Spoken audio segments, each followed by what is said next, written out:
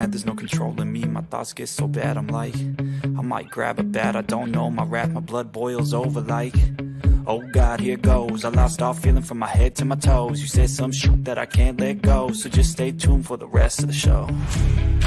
So have you ever felt betrayed, switches how you see things, realize something needs change, cause I know you got me up, let me show you what's up.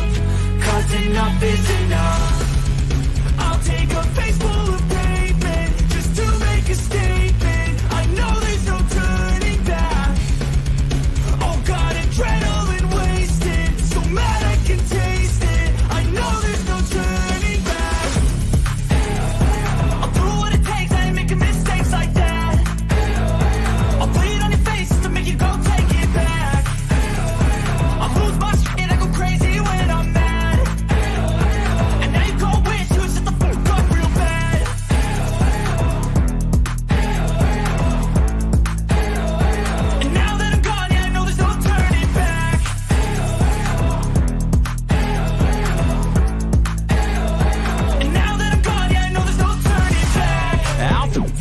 I'ma poke a hole through you, choking's overdue. Come at me and you won't get any older, dude. Crack your holder too. Heating up inside of me, blood so violently. Thanks for trying me. Now it's finally time to see how this rivalry becomes a dynasty.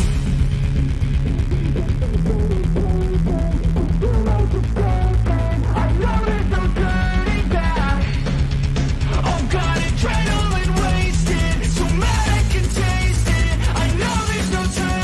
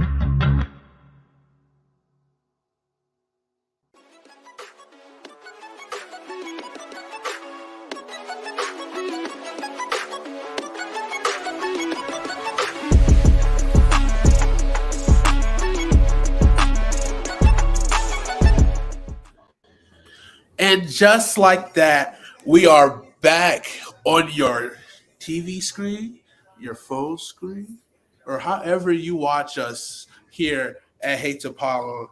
And today we have a very special guest. And some say he might be one of the greatest players in K-Bay history. But it's just, it depends who you're asking. So, without further ado, what's up, Kyle Marie? How are you doing, man? Welcome to the show. Hey, I appreciate you guys having me on, man. I'm doing pretty good. How about yourselves? Doing pretty good. Doing good, man. Doing good. I guess I'm hosting this guy. And just like that, just like that, Kyle, they take the power away from me. You see, they're quick to give it, and they just took it away. Hey, yeah. Hopefully, this will be a good warm-up game for the real game that comes on here this afternoon. For hopefully sure, the Cowboys pull through and get a W. Let's go Niners! Woo! Yes, because somehow, some way, the Dallas Cowboys will let you down. Hey, doesn't matter. Believe me, that's the history of it. But I hope we got something different today. I hope Dak Prescott doesn't turn the ball over 3 or 4 times, and we might be all right. Yeah, honestly, you're hoping for that same performance he had last week. If you can repeat that, I think that's the step one for you guys making it to that championship game. Will the Brock Purdy experiment continue, or will it run dry? There's a lot of big questions about that game later on today. Yeah, I read an article either this morning or yesterday, I believe. They said that regardless of the outcome of the day, that it would be Brock Purdy's team, I believe, next year. That it would take a whole lot of Trey Lance would have to do a whole lot in the offseason to end up winning that job back. So that'll be interesting. I mean, I don't think you should give the job to anybody next year. I think if Trey Lance is healthy and Brock is healthy in the offseason training camp, I think you should let them compete for it and let your best player win, because I think obviously like Brock has had a great run stepping in when he needs to, and he's done great. Like I get that, but still, like I think you spent way too much money on Trey Lance and draft capital to just shut the door on him this quick. And so, and I get the injuries as part of the game, but you gotta give him an opportunity to compete because he's been there. I mean, I guess they've been there about the same. No, he's he's been there for about 2 years longer, I believe. So, yeah, I think you still give. I think you can make an open competition. I think that's the best way to do it. Agreed. I mean, it'll be between one of them. Jimmy G won't be back next year, so unless he is. They say he might be playing in the Super Bowl if they get there. That's what they're saying. Wow. So who knows? Which see, that's also something like I wouldn't do that. Like obviously, I'll have him suit up and be ready to play if anything happens. But I'm not going to mess up the confidence of this quarterback that we've built, that we've gained throughout the past couple weeks. Who got us here, right? I mean, like it was improbable for him to continue this run, especially in the playoffs. Like you could have easily saw him folded in a game 1, but he just keeps getting better each week. So I get the idea of like, hey, if he keeps getting better and gets us a Super Bowl, I mean, for sure, it could be his team too. Like that's what happened with Bledsoe and Tom Brady, right? So like, I'm not comparing, Bledsoe or Tom Brady to Brock Purdy, but I think it's a benefit of playing in Kyle Shanahan's offense. I think the quarterback position isn't as important as far as what they ask you to do, and so I mean they could put. I feel like that's kind of like Cowboys this year. That's why Cooper Rush was able to succeed, was because it's not so much about who our quarterback is, because we have so much talent around them. It's just, can you manage the game and not turn the ball over? And I feel like that's the same thing for this 49ers offense. No, for sure. And I still think Trey Lance gives it's like one of those things we talk about, right? Like, yeah, like we can win with Brock Purdy, right? But then it's like that, but we can really dominate possibly with Trey Lance, right? So it's kind of like going for the highest potential versus the lowest floor. And there's always going to be those debates about who would you rather prefer, who opens up the offense a little bit better, right? At element to it. It all depends on what you want to do and the player personnel you have around currently as well. Yeah, I agree, big time. I think this game we're watching right here, this is going to be a very interesting one. Yeah, Christian, what do you think? Should be a high scoring game. Think about what? Who do you got? Who are you leaning towards right now? You guys watching? Let us know who you guys are leaning for in this Bengals and Bills game, because obviously these two teams have history. Obviously this year and most recently last year as well. Actually, did they play each other last year? They didn't play each other. Yeah, they did. No, they did. No, because Bengals beat the Chiefs. No, they beat the Chiefs in the championship. And they beat the Bills. No, because the Chiefs beat the Bills. Chiefs beat the Bills. That's right. But they have their most history was early this year, obviously with DeMar Hamlin and that scary situation that happened, and obviously with also having to play. Yeah, I guess if either team, I guess there will be a neutral site because one of the team, if one of them wins, they'll still play in Kansas City. But if the other one wins, I can't remember how it is, but the other one they'll play in Atlanta. So if one of the two teams wins the day, they still will play at Kansas City. Okay. I just can't remember which one it is. I think if the Bengals win, they play in Kansas City. If the Bills win, it's in Atlanta. I believe you're right, yes. So that'll be interesting to see. But yeah, like who are you leading, Christian, in this game? I'm gonna go with the Bengals. You know, T. Higgins got to go with the Clemson boy, and the game after that got the 49ers, baby. Somehow, some way, the Cowboys will fuck up. Let's just be real. Somehow, some way. I don't know how you break that. I don't know how, but we'll see. You get us on a couple of double moves on Diggs. It'll be interesting. It'll be an interesting game. I'm more anticipated for the game tonight. I feel like everyone is. Can Dak put a complete game together? And I don't even think he needs a complete game. Just don't have more than 3 turnovers. The Commanders. You said what? Just don't be Dak against the Commanders. Yeah, agreed. And I'm a big believer in Brock. He's dope. Christian McCaffrey, Debo, I think might be back, and Brandon Ayuk has been coming out too. But we already know Brock's safety net and George Kittle. If they can shut down George Kittle, they might have some play there. Who knows? I mean, you could say that, but then it's like, okay, his second safety net's going to be Christian McCaffrey out the backfield. Like, and then it's like you're going to try to be worried about the flats, and then all of a sudden that's where you get the seams. And then even then they're going to get Debo in action somehow, whether he's going to run the ball, screens. Like, they have so many different ways they can attack you. It's not just one X factor, one X weapon that really can,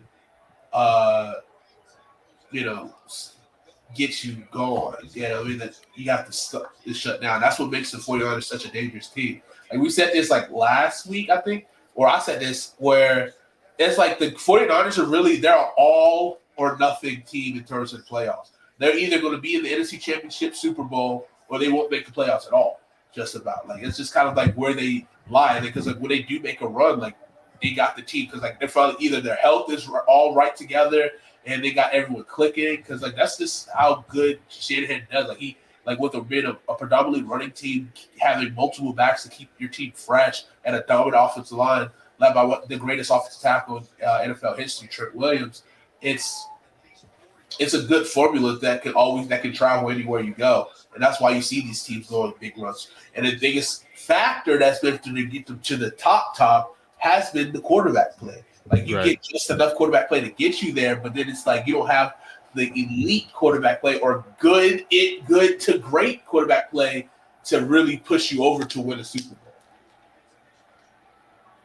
And right now, we're seeing the Bengals actually dominate and run the ball right now with P. Ryan and Joe Mixon right now, which is something you're going to have to do with the elements in this game, which is going to add a big factor. Jonathan, who do you think the snow benefits? Because obviously these teams are both in the north, but like, do you think this benefits either team? Cincy. I think it benefits the man who's named for the cold. Joe Burr. Yeah. I think Cincinnati has the advantage in the snow. I think Cincinnati is also the only team in the league that has an outdoor practice facility. So, Yeah, which is I mean, they're that's used to crazy. playing and practicing in this weather all the time. So,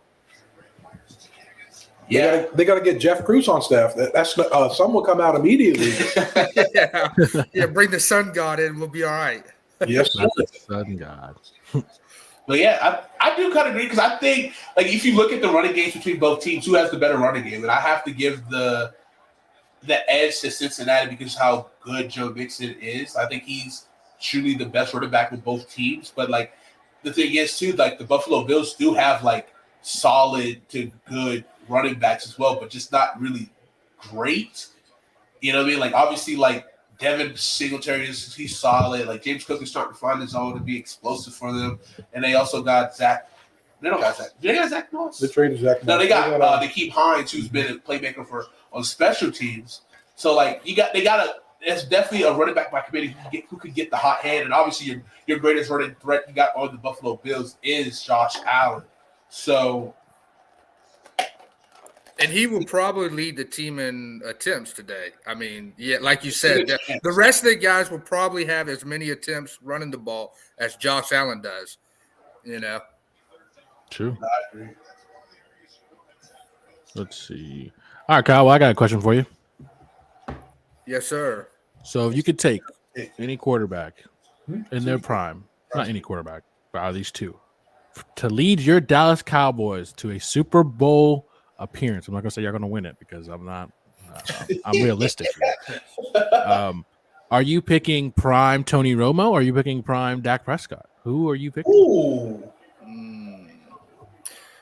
At the moment, I would probably pick prime Tony. Okay. Just because I felt like Tony was right there before he retired due to the injury and everything. I felt like he was really on the verge of becoming almost like that Peyton Manning-esque to where he could run the whole offense, call his own offense during the games. And we'd never really – I mean, Dak kind of does a lot of audibling now.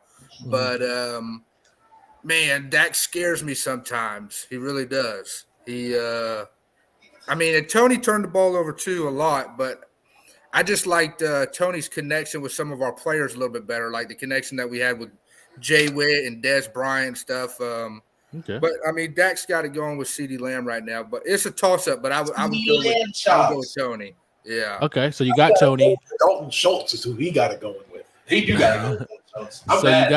So you got Tony as your quarterback. So pick out your X, your Y, and your Z out of all the Cowboys, I guess, receivers as you want.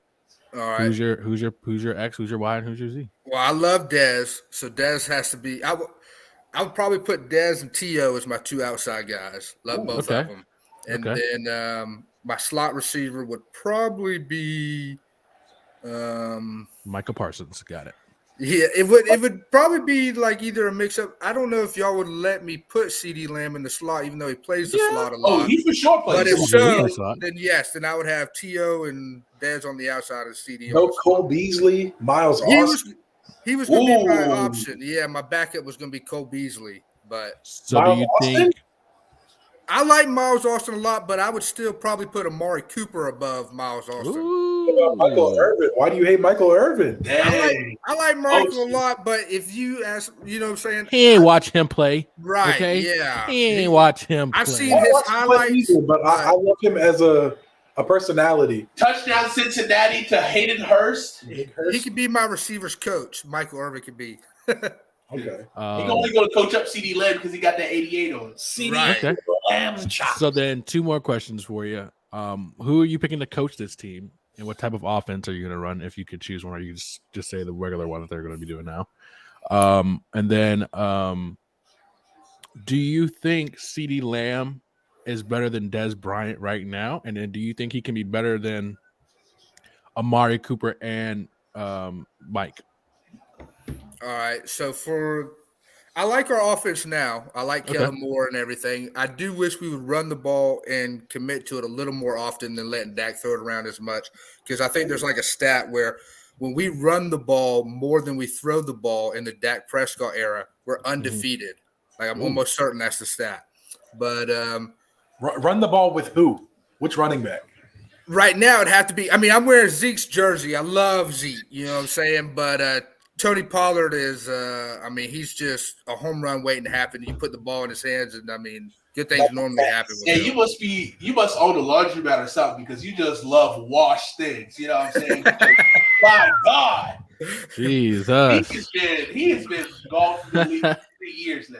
Yeah, it's been a little tough to watch him move a little bit slower, considering how good he was those first couple years. But I mean, what can you do? You've given him this massive contract, so yeah. Put that on a t-shirt. He looks like me right now running around out there. That's the funny part. So who's your coach? I like Big Mike McCarthy right now. You know, I mean, the good thing is the Cowboys, we hadn't had a whole lot of coaches in the last, 20, 30 years. I think it's been pretty much Wade Phillips, Jason Garrett, and then Big Mike. So of those, I would definitely go with Big Mike. Okay. And then do you think said something about CD? Yeah. So do you think CeeDee Lamb will be better than Dez? Do you think he's better than Dez Bryant? And do you think he's going to be better than your Amaris and then your Mike? I think he has the potential to be probably one of the best receivers that we've had as far as being better than Dez and Amari. Okay. But as of right now, I don't think he's better than Dez because I think this is the first year he went to the Pro Bowl and he put up a really good year for sure. But I mean, there was like a 3 or 4 year gap there where I think most people considered the best wide receivers in the league to be Dez, Calvin Johnson, and Julio Jones. Because he just caught so many damn touchdowns, and so I think Dez still in the moment is probably our all time best wide receiver. Okay. So let me piggyback on what you said, because as someone who knows ball a little bit and who hates the Cowboys, Dez Bryant is he's definitely a dog as a one. CeeDee Lamb has all the talent in the world that's not being negotiated.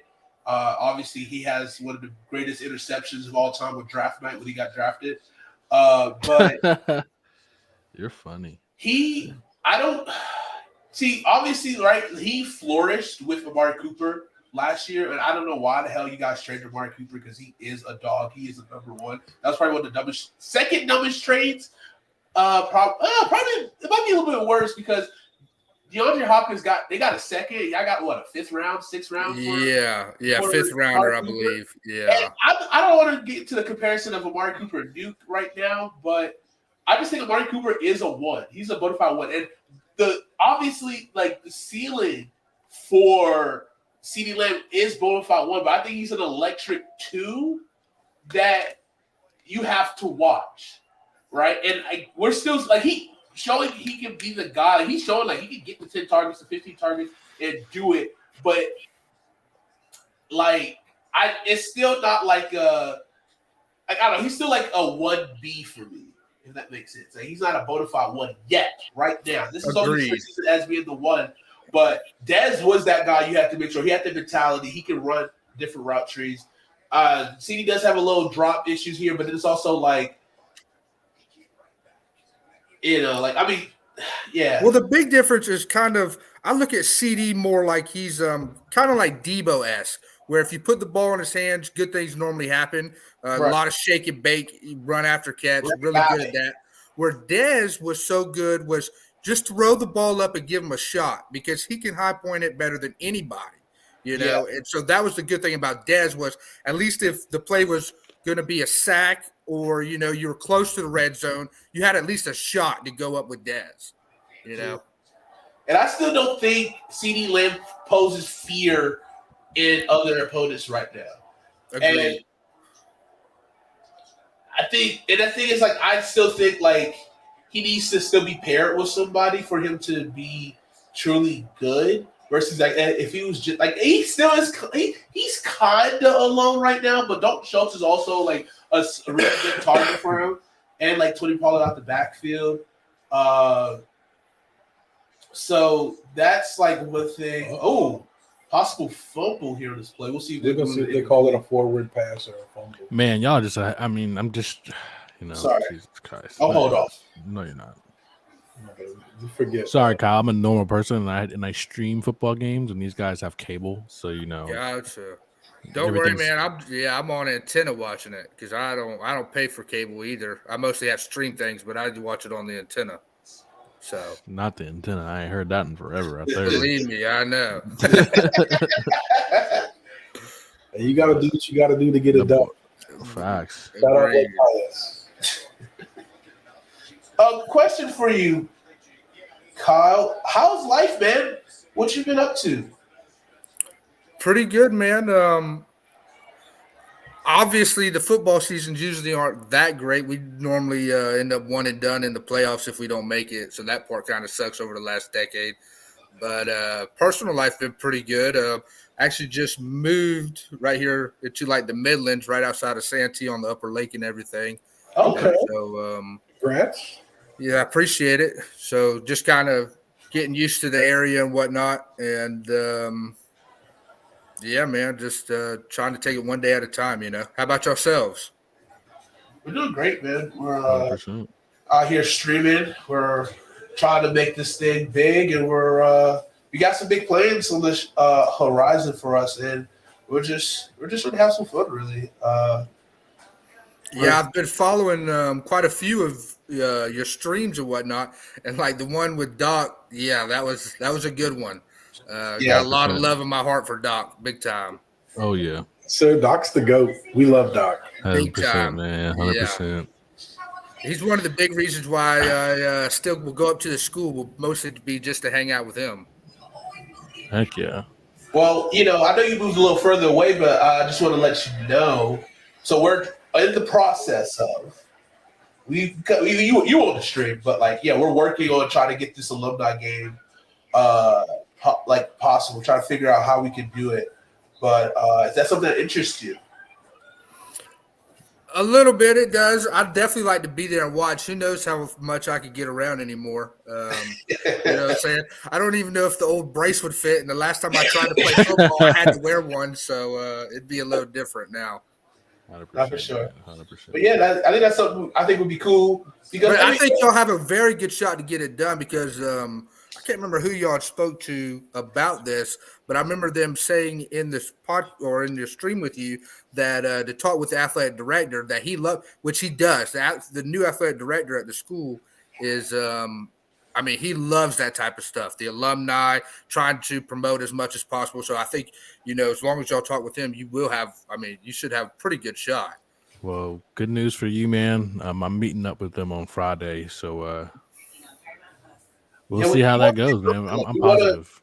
We definitely want to get, I think it's a cool opportunity for us. So we definitely want to, help our alma mater as best as possible and try to do something cool for the students nowadays. So, I think we got some cool ideas. Alumni. Both. Yeah, and alumni. Yeah, I think it's fun because, I don't know, has your class done anything to, meet back up? Like a 10-year reunion? Anything? No, they did. For the first graduating class, the year above me, they tried to at first do a joint thing with them and us. Well, then some of their class got angry and didn't want to do a joint one. And so they ended up not doing it.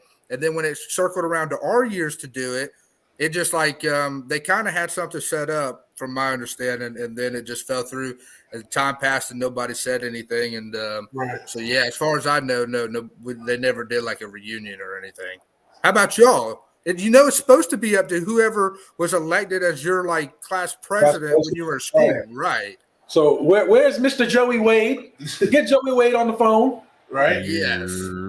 Which is we can get him on the phone, but yeah, I think it's cool. I think we can try to do something for everybody, right? And obviously, you want that specific thing as 2011 class want to do, especially being the first, right? They got to set the example. But I guess it takes the third times the charm, you know what I mean? The third. Yeah, third, you know. But Yeah, I want to do something special for us. But I also want to do something special for the kids going forward. And just really set an example of just because I think we had a really cool thing when we went to K-Bay. I think we had a really good family vibe, and I think that's how it's always been. We're a blue collar team, blue collar kind of area. So I think just kind of being able to rally together and help each other out, I think would be fun, and just do something fun, and do something big. I don't know what big could be, how big or what big is comparatively to you, but just show that we have capabilities doing something great.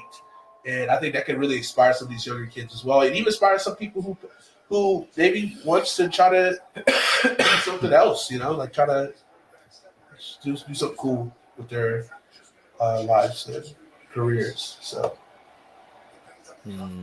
what you need to do is buy a couple pieces of property that are zoned for the Cane Bay region, and then help them recruit some athletes. Facts. Tell them, listen, you come. We've already got you a house and everything over here, and then we might. Hey, that's real estate. I'm into that real estate money. That's what I'm saying. Yeah, real estate. Jesus, not Kyle Tipper. Did he catch that? No, he didn't. Dang. Well, I guess I'm gonna watch it here in a few seconds here. So, oh brother, put it on a t-shirt. Hey, thank you. I will. Appreciate that. All right.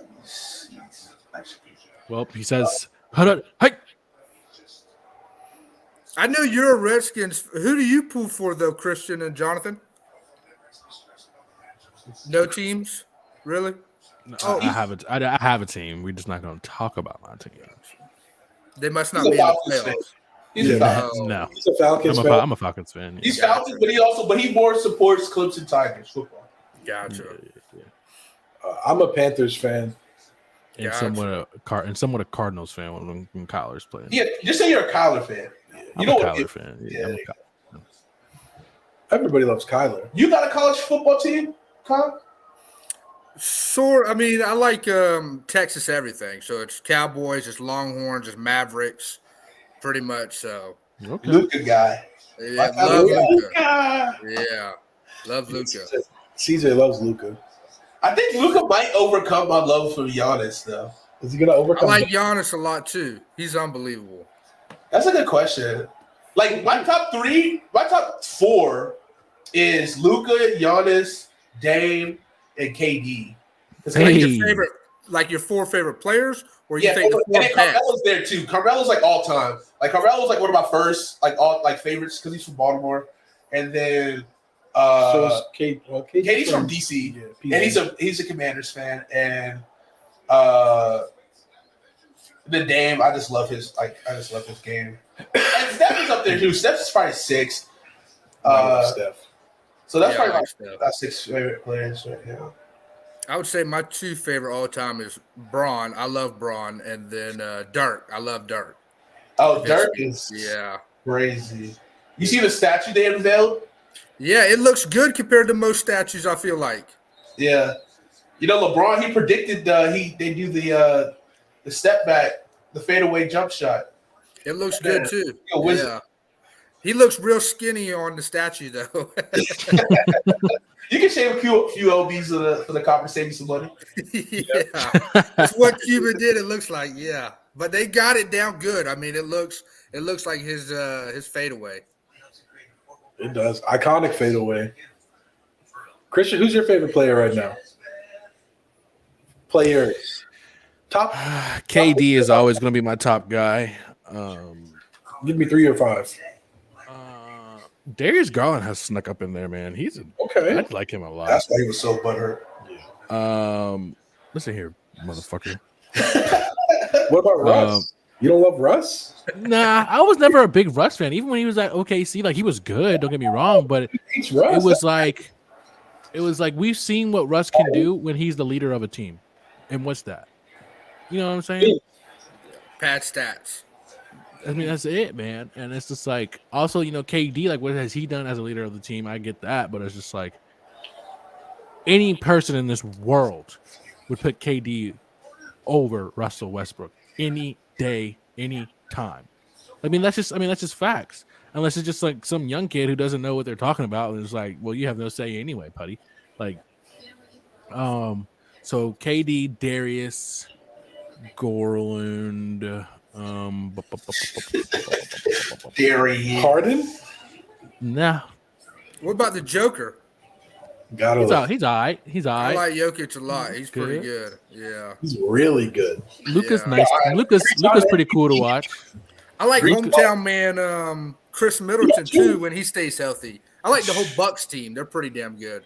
Yeah. Chris and Giannis, but yeah, they're pretty fun to watch. I think I like a little bit of Luca. He's cool. He's all right. He's a little baller. Just a little bit. Yeah, say it with your chest. You know you want to say that. You feel good saying it.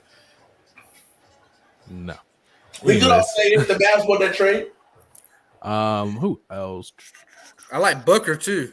He's pretty good. He's nice. I'll have Booker on my team just so he can bring the throat goat. Hey, yes, sir. Jesus Christ. This show always takes a turn. Team bond. If he doesn't take He's it with first, one of the Jenners, isn't he?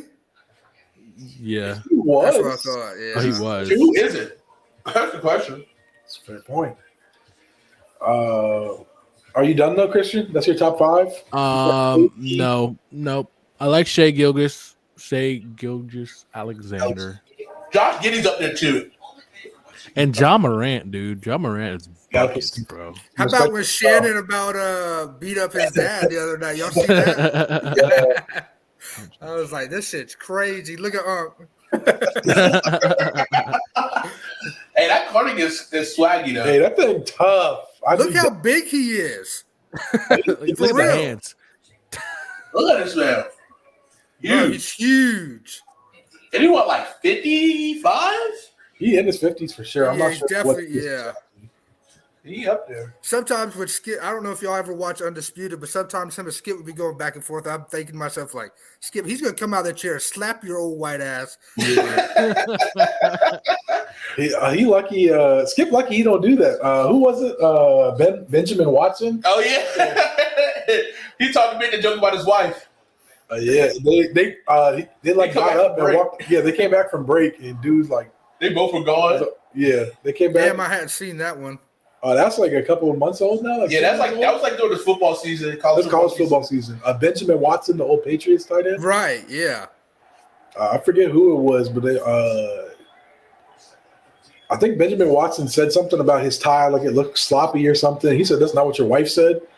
Oh, yeah, and he took him behind. Yeah. And That was on Undisputed or No, it like was just out and about? No, that was on ESPN, like college football. Yeah, like, college football is game scoreboard, day or something like something. It was one of the ESPN college football game day shows. I'm not sure which one it was exactly. That was But funny. they like came back from break, and it was a 4-man crew, and they were on like opposite ends. They came back from break, and it was just the two in the middle left. I thought it was only a 3-man crew. No, it was a 4-man. So I thought it was just only the one guy left there, and he was like, "Well, No, I thought it was 2 because he was like, I think he's having him keep his wife's name out of his mouth, and then the other one started laughing.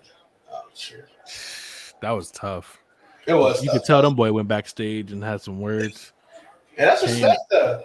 100%. Honestly, you should come with that type of level of, especially because obviously you don't really know, even still on public national TV, like regardless of like how cool you are with that person, but on national TV too, like you can't do that. Maybe if it's like back room, you know what I mean? Yeah. It's not what your wife said. Whoa, Bucko, you done fucked up now, dog. Well, especially when you're one of those type of guys too, you know what I'm saying, who you're not like, I mean, you're a journalist, but you're not like the regular team sports journalist. You're a debate journalist. So you're either going to say great things about someone or you're going to say terrible things about someone. So it's easy to hate or love one of them. For sure. That's a good point. All right, so we're in the second quarter. Cincinnati is up 14-0, but Buffalo does have the ball currently right now. Snow's coming down. Cold game. I'm getting cold just watching this game, to be quite honest with you. Yes, sir. I feel like I need me some soup, something to warm me up. Speaking of warming up, let's warm you up with some of these betting slips that we got in for the game. So Game of skill slips. the game of skill. So I think it is mine. This is mine. So Jonathan got a slip in. We also will do a slip in the second half. A second half slips together, so we can fun to see if we'll hit on that. So I did this after the game started, so obviously you can see the progress of these happening already. But Josh Allen more than 24.5 fantasy points, and it's starting to heat up a little bit. Not great right now. Joe Burrow with a touchdown earlier. Joe Burrow's got 12 already. So Joe Burrow has 12 currently. He's on pace. T. Higgins 13 fantasy points. He had Hayden Hurst at the touchdown. Yeah, go Jamar. T has 3.7 right now. Hayden Hurst hit. Hayden Hurst, big hit. He got 10 already. He was leading 7. We got James Cook, non-fantasy points. So he went the fantasy route. So obviously, the higher fantasy points you expected him to score the touchdowns, right? And then you kind of bank it on receptions, a lot of receptions with PPR or a touchdown to kind of make it easy for him. So that's an interesting strategy that Jonathan went here. And then Dawson Knox has been on a heat-seeking like touchdown guy. If they get inside the 20, I'm feeling a Dawson Knox touchdown for sure. But I think easily see James Cook taking one to the house. I can see that also. He's broke like an 7-yard run there. He's got some speed. So this is old. Where is my slips? You got your slip? I think I selected the wrong one. Sheesh. But yeah. Well, Kyle, I guess I'm going to ask you since it's the elephant in the room and nobody else wants to ask it. Uh-oh. Who is the greatest coach at Cane Bay in Cane Bay history? Like head coach or coach? Coach. Coach. Oh man. So that's a different question. Like you ask your best position coach or best head coach or just who embodies a coach. Okay. Well, I'm saying, but Kyle never played for Zaire as a head coach. Yeah, he did. Yeah, for what, 1 year? Yeah. Just 1 year, though. This is 1 year. You can't really get a feel of a coach after 1 It's year. not like Coach Zaire wasn't not at Cane Bay. Yeah, he also only played for Cruz for 2 years. So, or 3? Yeah, I played with Cruz for 3 years. All right, well, the greatest football head coach at Cane Bay, I guess, there's only been 2. Well, I guess you have to go with Zaire since he's the most accomplished of the 2. But that's why I said coach. Yeah. The best coach, that's hard. Overall coach got to be Bleeds. I think he's done the most out of everybody. Yeah, Bleemer was pretty good. He was definitely he's definitely the most accomplished, I would say. Maybe Wash with the wrestling program would probably be up there. He's really damn good. Sure. Yeah, and in football too, though. I mean, I think he's been the defensive coordinator for Zaire for the last decade. Was he defensive coordinator with us? Maybe. I don't remember actually. I know Coach Zaire was defensive coordinator. Would it have been?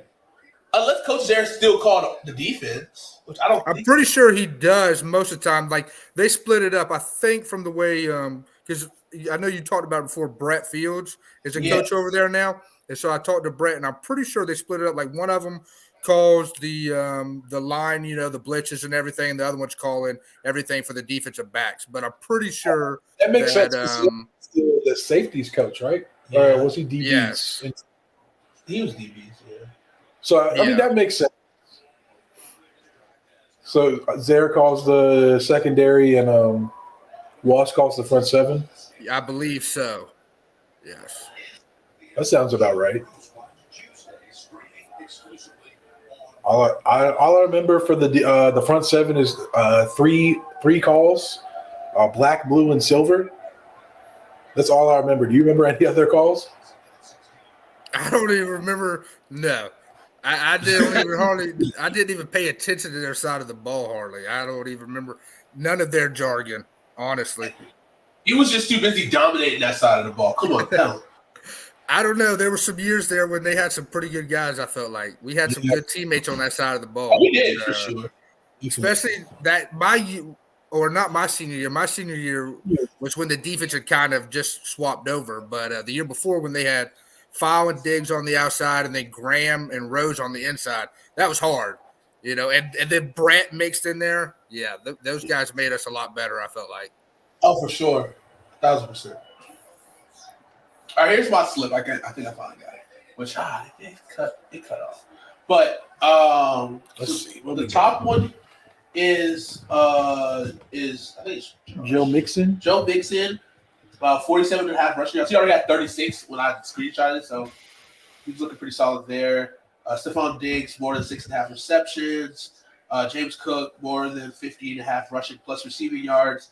Devin Singletary plus Dawson Knox for one of those for rushing or receiving touchdown. Josh Allen with 34.5 passing attempts, more than that. And then Gabe Davis, more than 10.5 fantasy points. So you're like big time on Buffalo then. Yeah, for sure. At least for betting wise. Because right. I know Josh Allen, they're gonna probably throw the ball a lot. And his favorite target is Stephon Diggs, but then also lately his two big targets in the red zone will either be Gabe Davis or Dawson Knox. Which makes sense. They're bigger bodies. You can throw it up to them. And with James Cook, he's been an electric. He'll break off a 20-yard third. He'll get an explosive play here and there, whether it's running or receiving. I'm just trying to cover my bases. Which one it would rather be? And then and then Joe Mixon. Obviously we see how well they run the ball early. So, well, I think them being down as well right now. The Josh Allen 34 passing attempts. I mean, I think it'd be pretty easy for him to break that. Oh yeah, I think let's look. We can look at it updated now.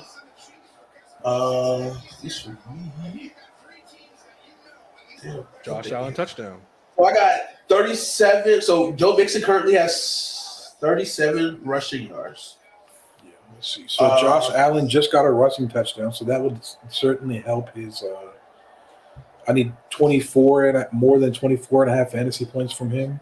That's a quick 6 right there, and he was already at 3.68. So he's close to 10, 9.68 should be if it updates. So Stephon Diggs already has 3 catches, so he's just a little under halfway to 7 I need. James Cook has 15 all-purpose yards right now, so decent. And then obviously no touchdown from Dawson Knox or Devin Singletary yet. And Josh Allen already has 10 attempts so far, so we need that to ratchet up a little bit. And then Gabe Davis has 1.9 points, so we need that to ratchet up a little bit too. But I'm banking on a Gabe Davis, Dawson Knox touchdown day. That would help me significantly. Well, you need Cincinnati to go down and score a touchdown here, so they'll be almost in a position where they'll be throwing the ball almost the rest of the game. Preferably Joe Mixon big run. I'm here for that. Are you do you get into fantasy daily fantasy, Kyle? No, I do say sports betting, but I don't do I don't do props, you know what I'm saying? I don't do fantasy really. I mostly do either money line or against the spread. Do a lot of parlays, unfortunately. They don't work out all the time. But, hey, you only need one with the parlay though. That's the thing. That's the thing every week. I'm like, all right, let me make 15 parlays. I put just a couple of dollars on each one, but if one hits, then I might win $800. That's it keeps getting me. That's the thrill of betting, right? It's so fun to do. And the worst thing is when you start to narrow it down, because when I first started doing it, I was doing the whole weekend slate. It was nobody's going to pick every fucking game. And then so I'll narrow it down. I'll do 6 teams. And literally it's always 5 of them win. Or what I'll do is I'll keep picking a team that I'm this team is definitely going to win this weekend. So I'll double them up in all my parlays, and they'll be the one team that loses. And I'm like, you damn bastards. Yeah. Yeah, you got to hedge your bets. Big time.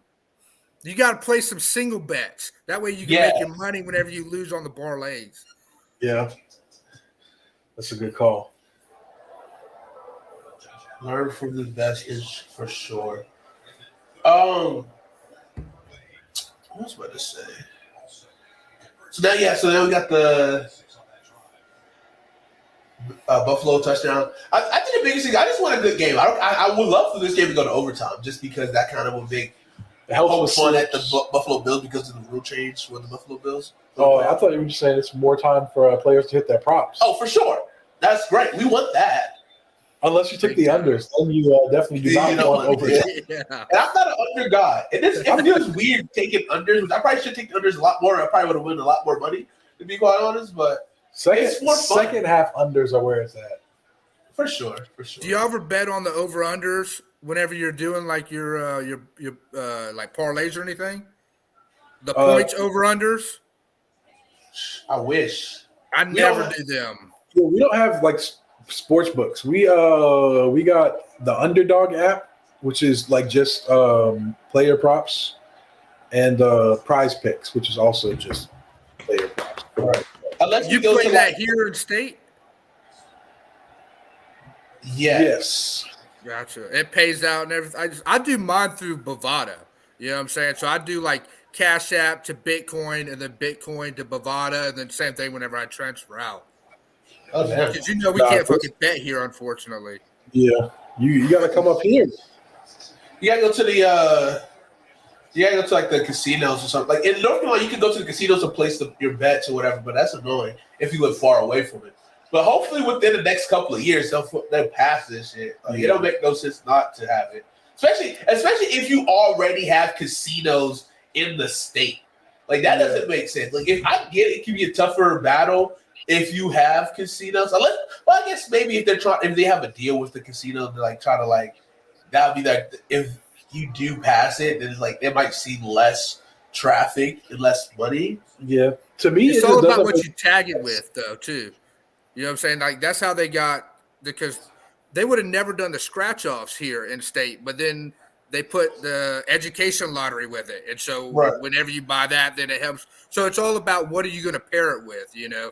Because if you're not going to pair it with nothing and some greedy person's just going to get rich off of, you know, then South Carolina's never going to let it roll. Unfortunately. Yeah. But that's the thing. Like, if you already have like lottery betting, and that is a form of betting, and that's legal. Like, I don't understand why sports betting isn't legal. Just legalize everything. I think it's gonna eventually happen with just like obviously, process of elimination in a weird way. Just once there's fresher, newer blood, hopefully, like they're like, hey, like if we need money, like it's an easy revenue source. Like if you can get a way to get money from it, I think it should be a no-brainer. I have an update on 4-star old lineman Cam Pringle. Okay. Oh, so you know who this is, Kyle? Yeah, he's the Woodland offensive tackle, correct? Yeah, and he committed offensive tackle in South Carolina. Actually, he's in the country, I think. If he's only a 4-star, I don't know. I don't think he. I saw that he was number one, but yeah, I wouldn't think he would be in the country because there's typically quite a bit of 5-star OTs. You know, that's true. A lady is good. Maybe give that extra star. Is he a sophomore or a junior though? A junior. So yeah, they should have 5 stars by now. Well, Cam Pringle committed to the University of South Carolina today. Yeah, I saw that coming. Man. He was there he was their crystal ball. But I mean, obviously he didn't want to go to a real program to develop offensive line talent. But hey, congrats to Shane Beamer and company for helping boost up this their recruit class. They're doing pretty solid. I mean, that's against the power of beating Clemson this year. Well, maybe they'll get a complete offseason with Spencer, and maybe Spencer will continue on the hot streak that he ended the year on, and maybe South Carolina will have something next year if he plays well. What's your opinions on South Carolina? Wait, who is your college football? You got Texas Longhorns. You got the boy Ewers. Yeah. You got that boy. Well, we got Arch now. Yeah, that'll be very interesting to see which one of them transfer out because they both shall have so much damn eligibility. I was shocked that Arch came there. In a perfect world, no one. Because you could be able to like have Arch sit for a year. Because he enrolled early. So you could have him sit and learn while Ewers balls this year and get his money next year. We got to see if Arch can find the field. He can't even find his damn student ID. Well, apparently he got the Tennessee quarterback just passed him up to be the number 1 player really in the class, and now Archer's number 2, I believe. I believe you. Yeah. He's good. Yeah. But the only thing with the Tennessee quarterback is he's so small. He needs to put some weight on him. And he's like, Arch's not big either. Yeah, I mean, Arch maybe is a they last did. name. I mean, Arch is Manning, and that's why he's 5-star. I mean, I'm not saying He's really good too. he is, but I don't he know had the resources since he was young exactly. to be able to develop. Yeah, But because he's like, so the Tennessee quarterback 6'6", like 165. yeah. Like that's super small. I'm pretty sure Arch is at least like 180, 190. I think so. Yeah, he's a little bit. Yeah, his frame's a little bit more filled out. But I mean, he's not like Quinn. Quinn Ewers is huge. You know what I'm saying? Like he's like 225, 230 pounds. He's built like Ewers look like he also went to school early. Yeah. He reclassified and went to Ohio State early. Yeah, I think he graduated that December and like joined them like January. Yeah. Quinn Ewers looks like Bose from The Office. Oh no. yeah. And if he can stay healthy this whole year, you know, maybe something will happen. But I mean, he was the first person to expose Alabama this season. Yeah. Sure. Well, him and that running back, Bijan Robinson. I mean, he'll probably end up being a first-round pick, but he's unbelievable. We're gonna miss him for sure. Yeah, he's a dog. Yeah, I got a good backup though. He declared too. Oh, did he declare too? Roshan Johnson. Yeah. yeah. Yeah, he's going too. It's good to see that program because I believe it was like 2 years ago was the very first time Texas had an NFL draft where they didn't have a single player drafted, and so to see them kind of coming back a little bit under Steve Sarkisian is a nice difference, big time. Yeah. Yeah, because I was going down. Oh my god! Yeah, Points were all the way down. dude, they were terrible for a couple of years. There it was not that fun. Yeah. They might be turning things around though. But I'm looking at 24/7 sports offensive tackle rankings, and they don't even have Cam Pringle as the number 1 tackle in South Carolina. Really? They got a guy named Josiah Thompson from Dillon. But they also, the crystal ball for him is 100% South Carolina. So South Carolina might get 2. Oh, for the Dillon kid? Yeah. Oh, wow. They get some bookend tackles. Yeah, so they might get the top 2 tackles in South Carolina. That's great. If you can win the state, man, there's some good talent in the state. I think Mount Pleasant or Oceanside or whatever. It was an academy. Yeah, Oceanside Academy, I think. They just had Georgia just picked him up. He's like 6'7", 6'8", right? Yeah, he's big. He's big. I think he's like a 3-star, 3-star tackle. That would be a good thing for South Carolina if they could start flipping the top prospects back in the state. Because, like, if you look, like, I mean, I'm not a big South Carolina or Clemson fan. I just follow them, obviously, being in state. But, like, if you look back to, like, the Spurrier area when they were getting, you know, the Alshon Jeffries, the Marshawn Lattimores, the Jadeveon Clowney, they were getting the best players in the state.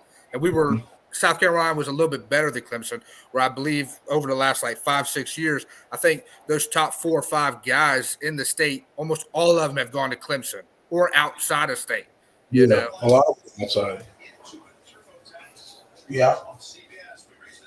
So I mean, yeah, Shane Beamer's definitely turning things around. Like he got buzz around the program.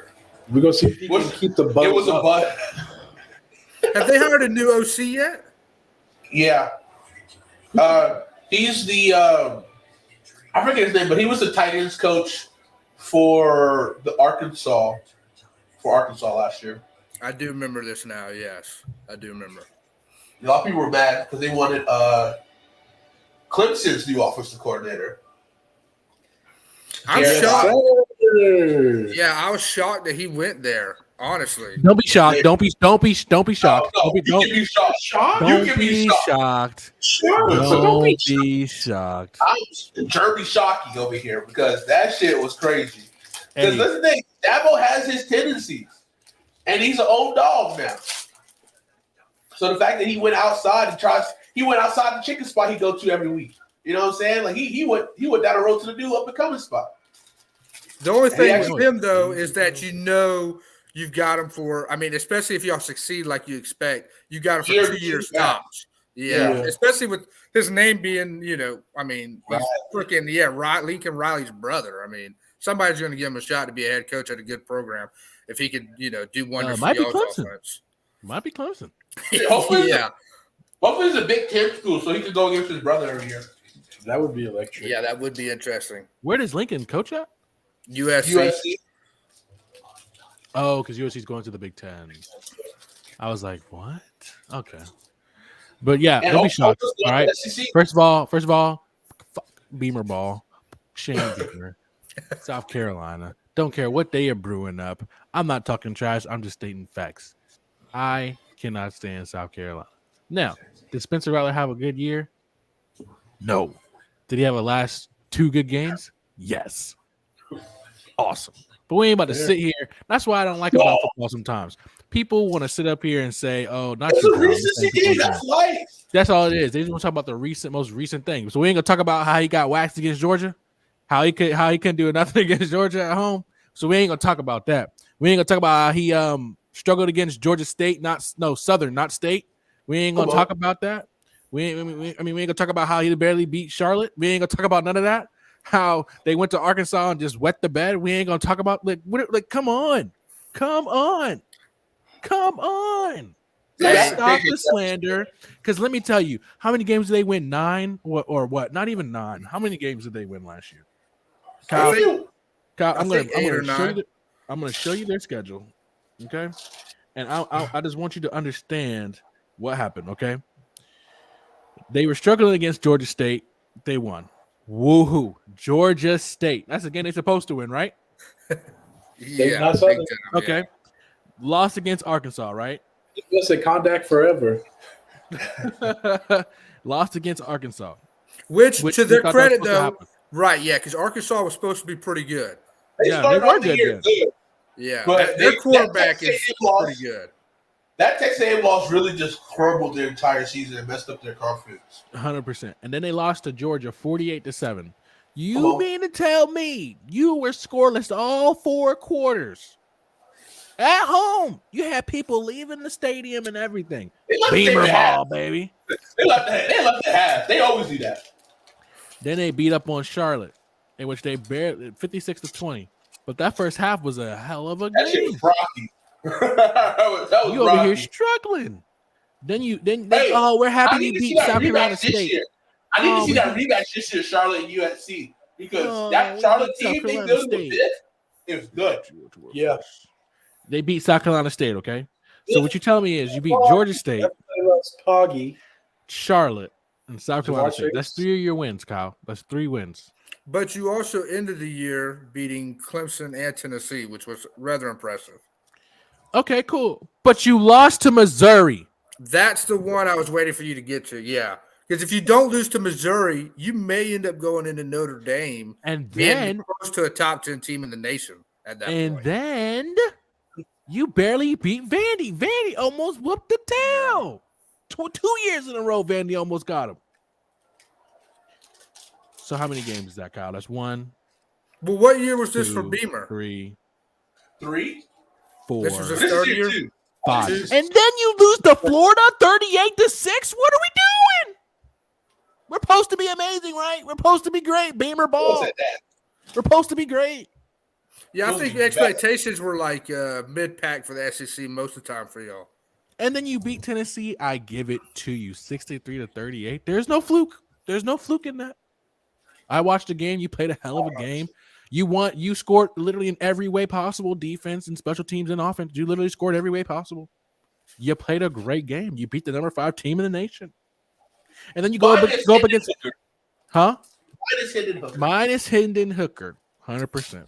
Then you go to Clemson. That boy Joe Milton, though? Dog. No. We're not doing that because Jonathan, the whole year, every time I brought up Joe Milton, he was crapping on him. Now that he played well, now you want to be on the level. See, I'm not going to give you a pass like I gave CJ when he was crapping all over Bo Nix. And then now look at him. He's all Bo knows. Bo Hey, Nick's Bo, knows. earn my respect. Look, Hey, I'm glad. this is us in Bo, week 1. You were the one. I was all for Bo Nix. I was all for Bo Nix. Yeah, until he got dominated by Georgia at the opening. And I was still up for. I was still up for. You know why? You know why I said that, Kyle?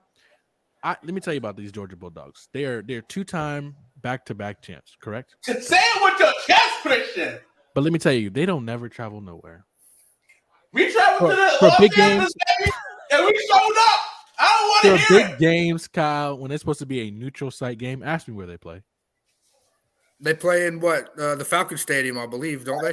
And what state is that in? Yeah, that's right down the road. that is not no neutral site game. When the other team is coming from Oregon, is it our fault that what are we doing? The Holy Grail college football stadium? Hey, that's one of them good things that Kirby learned from Nick Saban. Whenever you schedule those games, it's better to play at neutral site than to go to somebody else's place. You got one foot down. But then, Kyle, so they go to Clemson. The out of bounds. They beat Clemson, right? By 1 point. A W is a W, yes. But then people start acting like, oh, they dragged Clemson up and down the whole field. No. 3 turnovers happened on Clemson's occasion that let you guys score those touchdowns and field goals. 3 feet, 4 feet in. Don't act like, because you know what's crazy? I was seeing all these little clips of people, all these South Carolina fans, they were biting their fingernails when Clemson had the ball had the ball for the last drive. They were biting their fingernails. Or when they punt the ball off to us and then we fumbled it and try to pitch it back or whatever, they were biting their fingernails, Kyle. Don't let these people fool you. And I don't want you to get fooled either, because I love you, man. I don't want you to get fooled. I don't want you to be looking. I don't want that to happen for you, brother. I don't want it. Hey, but let's not sit here and talk about like South Carolina's the best team in the world, or talk about South Carolina's going to be way better than Clemson or whatever it may be. I have no problem saying if Clemson loses to South Carolina, we lose South Carolina. All I can do is, because I didn't play, and all I can do is say, all right, they beat us. What can we do next year to win? You know, we went and got an offensive coordinator. That's what we did. And then these Georgia fans keep talking, okay, I get it. You 2-time champs. I get it. But where was all this bass in your voice? I would say the biggest thing all this bass in your voice? Getting the new offensive coordinator, you got rid of your quarterback, which was a addition by subtraction for y'all. Yeah, but you know one thing about Clemson, man, and Jonathan, you might agree with me on this. You may not, but I think you will. Something about Clemson is we will get a stud. We will get a stud, right? That was a stud in high school. Without the U. And stud in high school. Oh. And instead of sticking with somebody that's necessarily, he's done way better as a D1 quarterback than a lot of D1 quarterbacks have done ever, you know, at their school. And DJ and in Kelly Bryant. Kelly Bryant left us 18-2, and they were kicking him out for Trevor Lawrence. Now, understand, because Trevor Lawrence was young, hot, and ready. We get it. But 18-2, and they kicked him out. But they kicked him out as an 18-2 starting quarterback. And what did he do at Missouri, though? Huh? What did he do at Missouri, though? Doesn't matter. It didn't matter. It doesn't matter. When he tried, it didn't matter. I'm saying he went to Missouri. I mean, let's be honest, Kyle. Missouri is probably going to have the same fate whether Kelly was there or not. Let's be real. Probably, but Missouri has that head coach of theirs. I mean, he's pretty respected. What's his name? Off the top of my head, Thank yeah. No, it was a joke. Who's the head coach of Missouri? No fucking idea. But exactly. They're one of those teams that's going to be right here, but will they ever make that leap? Because they give teams fits. They just not. They almost beat Georgia. They were close to beat Georgia. They usually recruit pretty good too. Shockingly, they got Dorial Green Beckham a few years back. I mean, they do a good job. That Sam guy, Drew Lock. Drew, yes. But I'm saying, Kyle, don't get sucked up into all what these people be saying, man.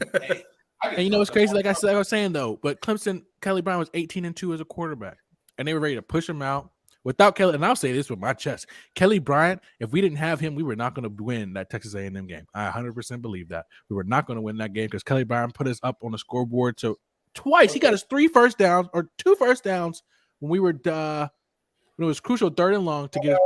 Here we go. The man that said he loved Clemson.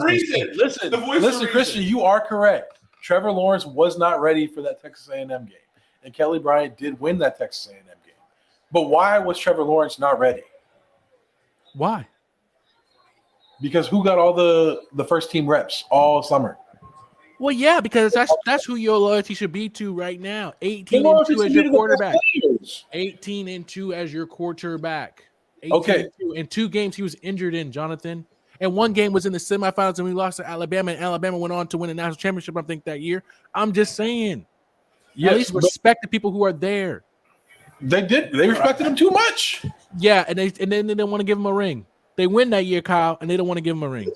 Well, you got to think too, though, that by that point, y'all were spoiled with what Deshaun was, and so Deshaun could sling the ball all over the field.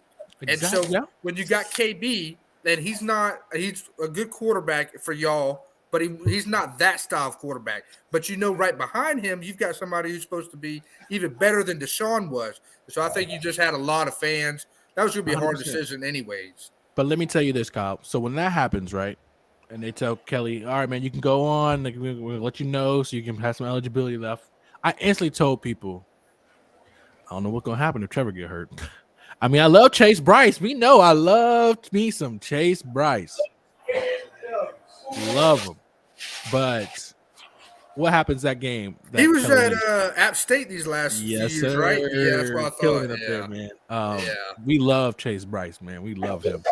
One of my regrets is not going to an App State game to watch him play in this final. Because, I mean, he declared for the draft. Who knows what's going to happen? I hope he gets drafted somewhere. I hope. What happens that game, Kyle? Trevor Lawrence gets injured. Now we got to put the third string guy in, Chase Bryce, to win us a game. Thankfully, Chase wins us a game.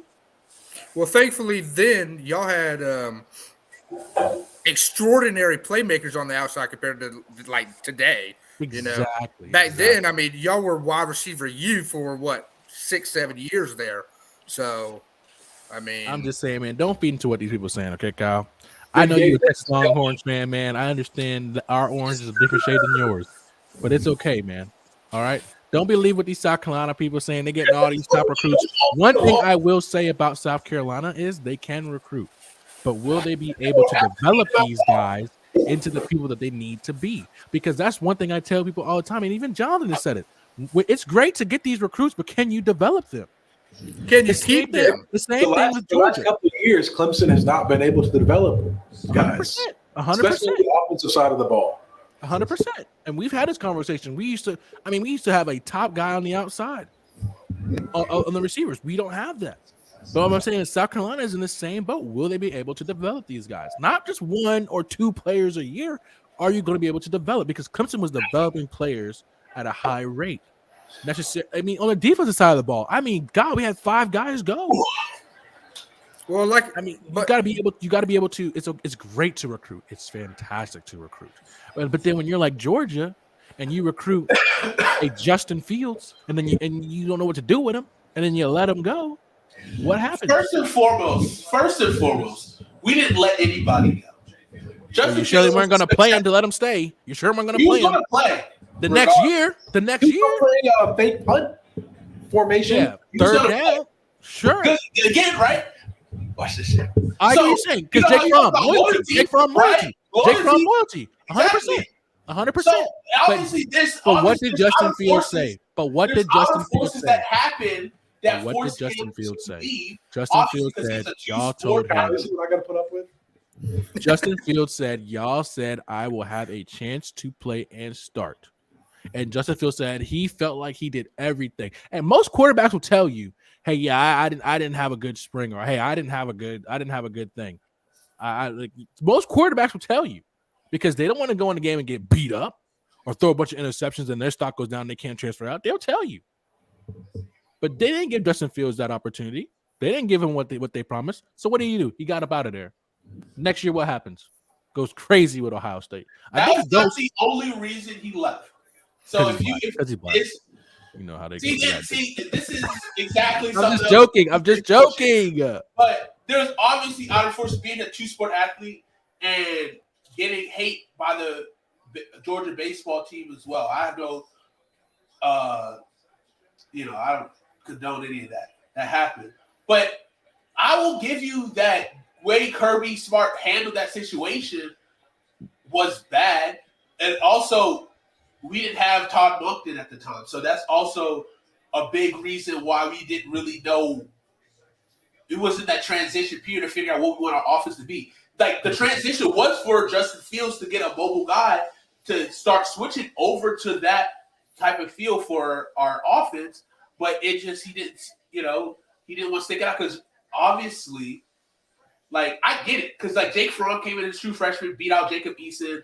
He did good. He led this team to play college playoffs. I understand that. Same situation with Kelly Bryant. But they tried, and it wasn't successful. But they tried to keep him involved, but it wasn't successful. It was not the best, and that's one of the Kirby Smart's biggest, and I guess the first real miscues of his early tenure, and he's learned from that. 100%. And obviously, he had to figure out who's his quarterback was between once he left because then we tried to get Jamie Newman, we had JT Daniels in there, we had Mathis in there. Well, y'all had Jamie Newman before him, I think. No, we didn't have Jamie Newman before Justin Fields. No. Jamie Newman transferred in after Justin Fields transferred left. Gotcha. Right. And I get what we had Newman and Mathis, so we had 3 black quarterbacks. What about when you had all right. Look at y'all quarterback. And Mathis started over Sequavius Bennett the first year he came back. If you want to talk, the first game, not the first. Because he sucked. He sucked. Not the first year, the first game. Say it right. Who was first though between Fromm and Eason? Because remember, one of them. Eason was first. Because one of them was like the high recruit was going to be great, gets hurt, then the next would come in and he ended up being better, and then the one transferred out, right? Right. He transferred out to Washington. Eason went to Washington. Right. He was from Washington, and he chose to play at Georgia. Gotcha. And I get what you're saying because it's like my only thing was with Dabo with Kelly Bryant. He's saying, "Oh no, he's waited. He's waited." Could you try again? No, sorry. And that's my argument now with Carson Beck. Hey, I love Carson Beck, but there's a good chance he might get beat out by either Gunnar Stockton, who's been playing really well in practice, and also Brock Vandegrift. So, and it's just like with Dabo, man, I just didn't like that. He kept saying over and over, like, no, Kelly's waited. Kelly's done his time. Kelly's been patient. We're gonna start Kelly. Kelly. Oh, what about Trevor Lawrence? Oh, well, Trevor, he's a freshman. We're gonna mold him to be the quarterback that we need him to be. That's what they kept saying. And we don't want to hear about Trevor right now. We're focusing on Kelly Bryant right now. That Dabo has said those words. And then you let him just and I get it. Kelly may not have been the greatest passer, but let's not say his passing was the most terrible thing you ever seen because, again, 18-2 as a starting quarterback. I'll take that any day. 18-2 as a starting quarterback in the Clemson system. If I'm the Clemson head coach, I'm taking that any day. I'm just being real, and I get it. You're gonna have rebuttals too. When y'all are competing for national championships in an era that you have to be almost undefeated, just honestly, you think 18-2 is that's? I'm pretty sure he lost one game at both seasons, or I think he lost one game every. No, he didn't. Nah, he played 18-2. Because you remember at that time, Clemson pretty much had to go undefeated each year to make it. I know we lost. To Alabama. I lost to Syracuse. It was Syracuse, but I thought we lost Syracuse with Trevor. I lost Syracuse. No, we beat Syracuse. That was the game he got hurt and Chase Bryce came in and won.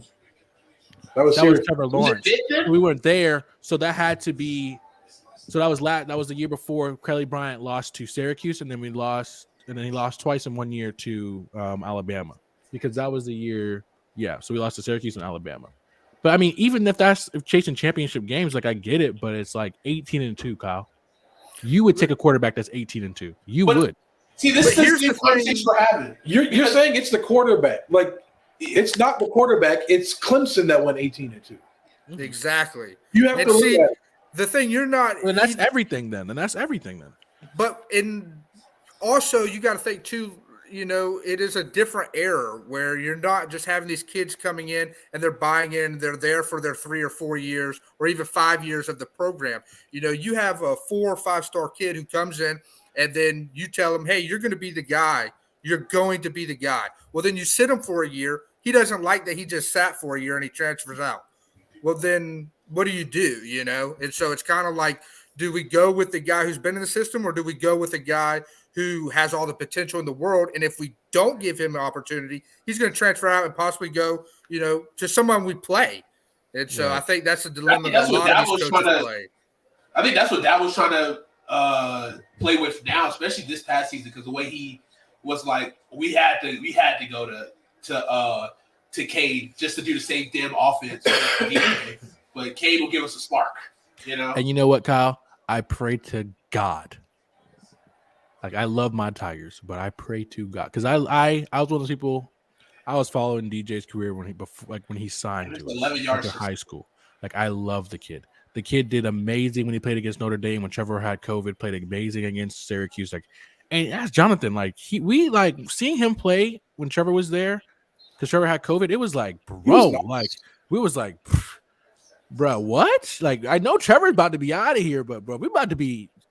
I'm sorry, but Clemson's reign is about to be crazy right now. The way he was slinging, he was going crazy. He got so far away from home, though. You know what I'm saying? He was just you know what else so happened? far that money, away. in that first year, him starting, and I don't know if this was a reason why he played so bad, but that first year that he started was also the first year of NIL deals, and all I could see was him on Dr. Pepper stuff. That's all I saw. He was the first quarterback on Dr. Pepper. Don't do that. But listen, there is a Dr. Pepper curse. Sounds like there is a Dr. Pepper curse. This sounds like skip with Dak. Look at Bryce. Look at Bryce. Bryce didn't have an amazing year. Bryce didn't have an amazing year, and he was all over Dr. Pepper this year. See who's next on Dr. Pepper as a quarterback and see what's happening. Bryce had a really good year. Great year. Team-wise. I'm just saying. Don't disrespect. If you're gonna say Chase, if you're gonna say Bryce Young. So I thought it was team. We're not going to do that, because Bryce Young went 8-2. Didn't we just say it's a team thing? Didn't you just say that? Tennessee, I believe. You can have it both ways. Pick one. Yeah. You said what? Kelly Bryant went 18-2 as a starter. Bryce Young only lost like 1 or 2 games this year as a starter. Bryce Young? 4-3. Because lost Tennessee, lost LSU. Lost Tennessee, LSU. 12 regular season games. 12 regular games. Oh, we didn't. Milroe started some. He got hurt in the Arkansas game. I don't think he. I'm looking it up right now. I don't think he missed the game though. He might have missed. Let me ask y'all this: who do y'all think is the first quarterback taken in the draft this year? Oh, now we talking, Bryce, Kyle. CJ, and Will Levis. Don't even say his name in this chat. I know, but you have to, because everybody's throwing him. You don't got to do any of that. No, you don't. You don't have to do any of that. Because so CJ or Bryce? CJ. I am a big CJ Stroud fan. Him as a person, watched him on Pivot earlier before the season. Him and Bijan Robinson, much watch. I will highly recommend to learn a little bit more about his background, who he is as a person. Great kid. Talent. His talent is outstanding, right? The cons that he got, right? Perception-wise, Ohio State quarterback. There's an Ohio State perspective of how they will succeed in the NFL. Justin Fields is slowly turning that right now. And he has the size. There was also talk about his mobility. Maybe he's not as mobile, but he showed that in the playoffs against Georgia. He's much bigger than Bryce, too. He is bigger, and that's the biggest knock for Bryce Young, right? And a lot of people are saying right now he's the quintessential first person off the board, which I'm not sure. We don't know who's going to be the head coach. Well, I guess the Chicago Bears will not. Who knows what the Chicago Bears will do? But in terms of first quarterback off the board, it's like I think there's something special about Bryce Young, and he has a lot of intangibles. He's a winner, and he's kind of like I don't want to say his name, but he's a winner, right? Coming out of college, and then say it. Say the name. Is it the name I'm thinking of? Watson. Right? So that's not the name I was thinking of. Who are you thinking of? I was thinking of like size-wise and just terms of ability to take like outside of structure. This is a name you don't want to hear. Denzel? Yeah. No, I wasn't gonna. No, I'm never gonna compare. I was thinking more like Tua, maybe a little less injury prone, but built a lot of abilities like Tua. But Tua was thicker. Tua was like He's like 5'11", but he was like well over 200 pounds. Bryce Young, I think, is like maybe 190. Yeah, and that's But, too taller. But Bryce takes a better shot, I feel like. You know what I'm saying? Tua had the injury. Yeah, the injuries definitely set apart. Like injuries aside, like Bryce Young throws a hell of a ball. He's mobile. He can create with his feet. He is a little bit shorter, but it's okay if he's a little bit shorter. Like that's not an issue now, quarterback. Like the NFL's got over that phobia, right? But then his tell the Baker fall, Mayfield with the Panthers getting 8 games batted. Jesus, let your It's trauma all about go. who you go to, though. You know what I'm saying? If you're a quarterback, I don't care how good you are. If you get drafted to the Jets, you're not going to be a good quarterback. You know, I mean, it's just all about. Also, I mean, some of these quarterbacks. But you know, you're going to go to a bad team if you're going to go to a team that needs 100%. So it just depends how they build and if they have the right people to legit. Like you see with like the Bengals, they picked first, and then in year 2 they was able to get the team to the Super Bowl. Same thing with T. Law this year. Right, exactly. So, but the thing is, the biggest knock that's been for Bryce Young is he's just under 200 pounds. And it's one of those check marks that a lot of scouts look at. Will he be able to take a beating? Will he be able to put on weight to like really help him? Because like you even see Lamar Jackson, like Lamar wasn't small. Come on, he was a thick frame guy, especially runs the ball a lot. But it's just that he's just a little undersized, and it's like he could probably be the anomaly because I think he is that kind of special guy. But that is going to be something a lot of scouts will talk about, and I think that's what's going to be his red flag. And so it just depends. Is that red flag big enough for you to stay away? And like CJ Stroud is like his like all his green, like everything that you love about him is just more over Bryce Young, So that's what the debate's going to be back and forth. And then it's going to be that weirdo who wants to go left and draft Will Levis, Indianapolis Colts. I mean, Jim Irsay's lost his goddamn mind. So he wants to do something outside the box. Big facts. He's going to trade for Derek Carr probably. Ooh. I don't hate that. He loves veteran quarterbacks. He does. That's what I'm saying. He loves. I don't know if Derek Carr old enough though. Derek Carr might have to go to Washington for a couple of years and then. He got to go to Carolina for a couple of years. I think Washington might have their guy. I think Sam Hartman is going to be all right. I think Sam Hartman is going to be a dog, but Sam Howell is the guy who's going to be leading the Commanders to the promised land. That's what I meant. I'm sorry. Yes, you're good. We do like Sam Hartman on this show as well. Coming out of Notre Dame. That's right. And you know what's crazy? CJ Stroud, Bryce Young, and DJ all came out at the same time. All from California. All playing against each other. All from California. That is just crazy to me. And 2 of them are about to potentially be top 10 picks in the NFL draft. I was going to say 5. 2 will be, for sure. Huh? 2 of them will. Yeah, 2 will. Yeah, that's what I'm saying. But that's the thing, too. I feel like there's also – that's just crazy. I feel like there's a stake on Cali quarterbacks. But California is doing it big with, like, quarterbacks going into the draft, like prospects in general in college football. But then it just seems to be like a lot of California quarterbacks kind of fizzle out just a little bit in the NFL. I think it's just because there's so many of them. Yeah. And it's like I can still get the same stake of a quarterback from USC, but I think for sure Caleb Williams will break that mold 1,000% because he's not USC. He'll be the number 1 pick next year. He's going to be unbelievable, I think. 100%. Not so fast, my friend. Drake May. No. I like Drake May, but I don't think he's going to be better than Caleb Williams. At the pro level, I think this is at the pro level, yes, probably. In college and Lincoln Riley system, no. I think Caleb Williams is a better college quarterback. Oh no, we also got I think it'll be a lot of fun.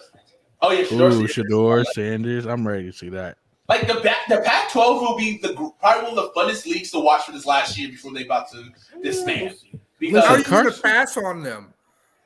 Huh? Dion just went. I said, how are you going to pass on them? Dion got Travis, and then he just went and got the number 1 corner for this year.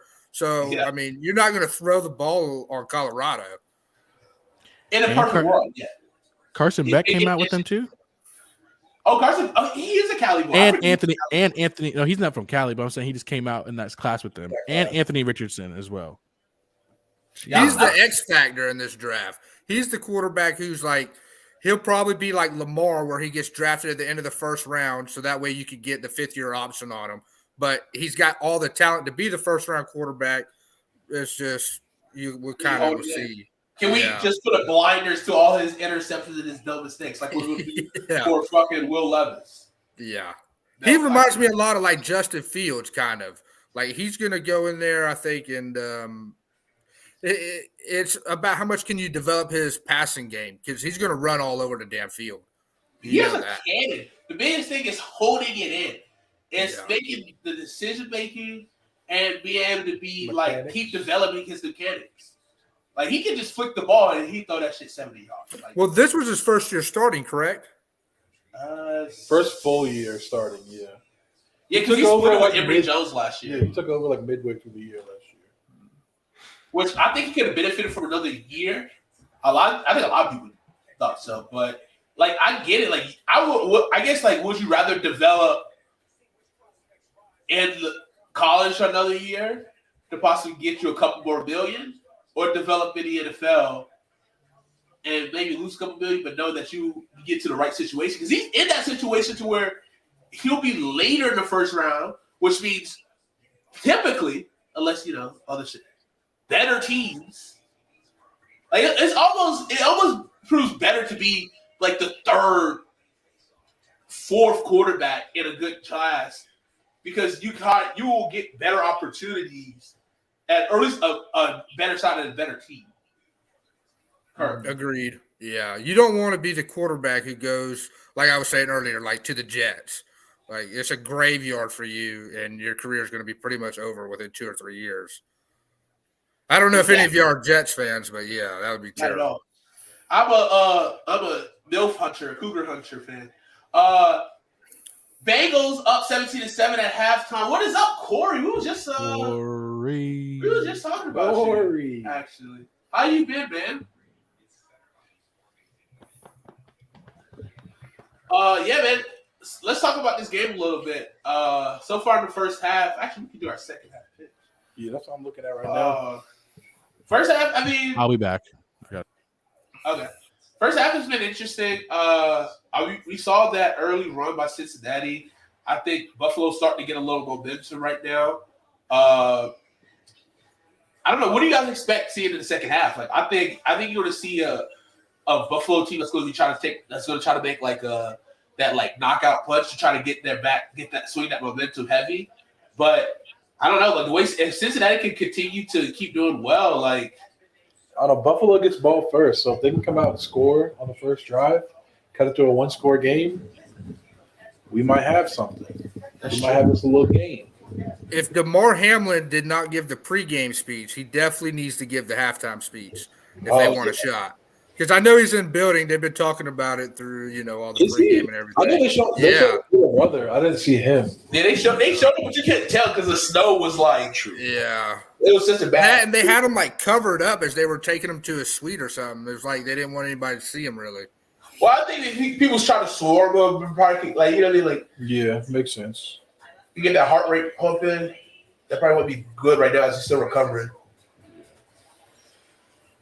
So I think Buffalo's definitely going to be throwing the ball. For sure. So I'll be looking at Josh Allen passing. Yeah, we're going to do a little slippy slip here. Little second half slip. Josh Allen, 175.5 passing. This is a new one, or is this? Yeah, so this is the first half, like a whole game no, thing. This is a new second half slip. They got lines for the second half. Yeah, just the second half. Okay. And you can also do just fourth quarter, too. If applicable. If you want to get crazy. Yeah. But they don't have the fourth quarter up yet. Doing great, living the dream as always. Hey, I'm glad to hear that, man. I think you just got married, right? You got a baby on the way, is that right? And if so, congratulations. Congrats. Yeah, I did see you got married. Yeah, big congrats, Corey. I'm gonna start calling Corey Dimes. You know what I'm saying? Because that's all he does. I can't say drop dimes because that's not in that sense. That won't be right. No, he be picking them up. Yeah. Let's see. Josh Allen, 27.5 rushing yards. Take it.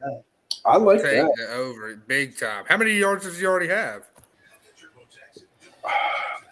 He is at 10 with a tutty.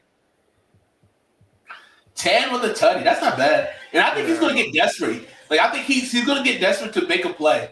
And that's just Josh Allen. I'm going to take James Cook 15.5 rushing yards. I'm going to take that too. I like that. Devin Singletary only 12.5 though. Joe Mixon 35.5. I'm looking at that Joe Mixon. I'm kind of intrigued because he's been running the rock pretty solid. He has been, but so is P-Ryan. P-Ryan been getting some. Yeah, but they put P-Ryan a lot that last possession just so they can get him passing ball more, which is. T. Higgins 25.5 second half receiving yards.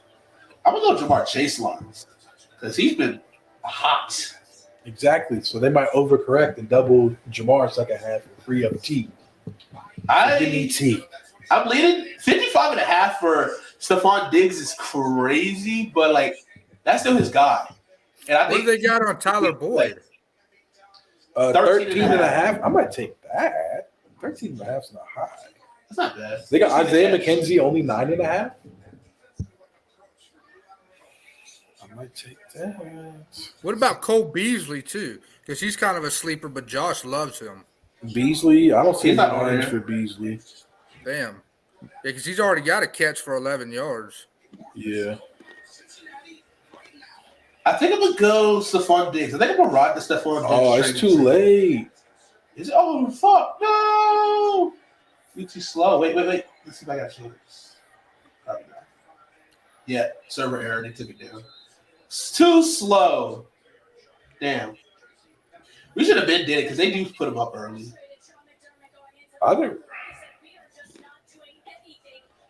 That's unfortunate. Fourth quarter lines, here we come. For sure, fourth quarter.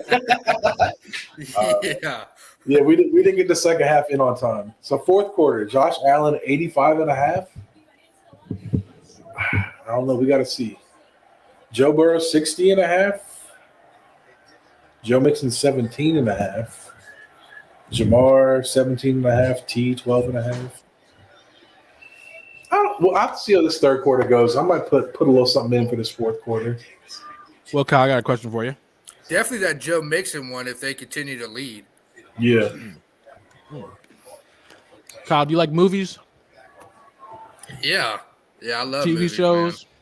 man. Like, not as much TV. I mostly watch a lot of sports, and I do watch movies. I like TV shows that are like this is going to sound a little crazy, I guess, but I like adult animation, you know what I'm saying? Like Family Guy, Rick and Morty, American Dad, shit like that. You watched Yellowstone?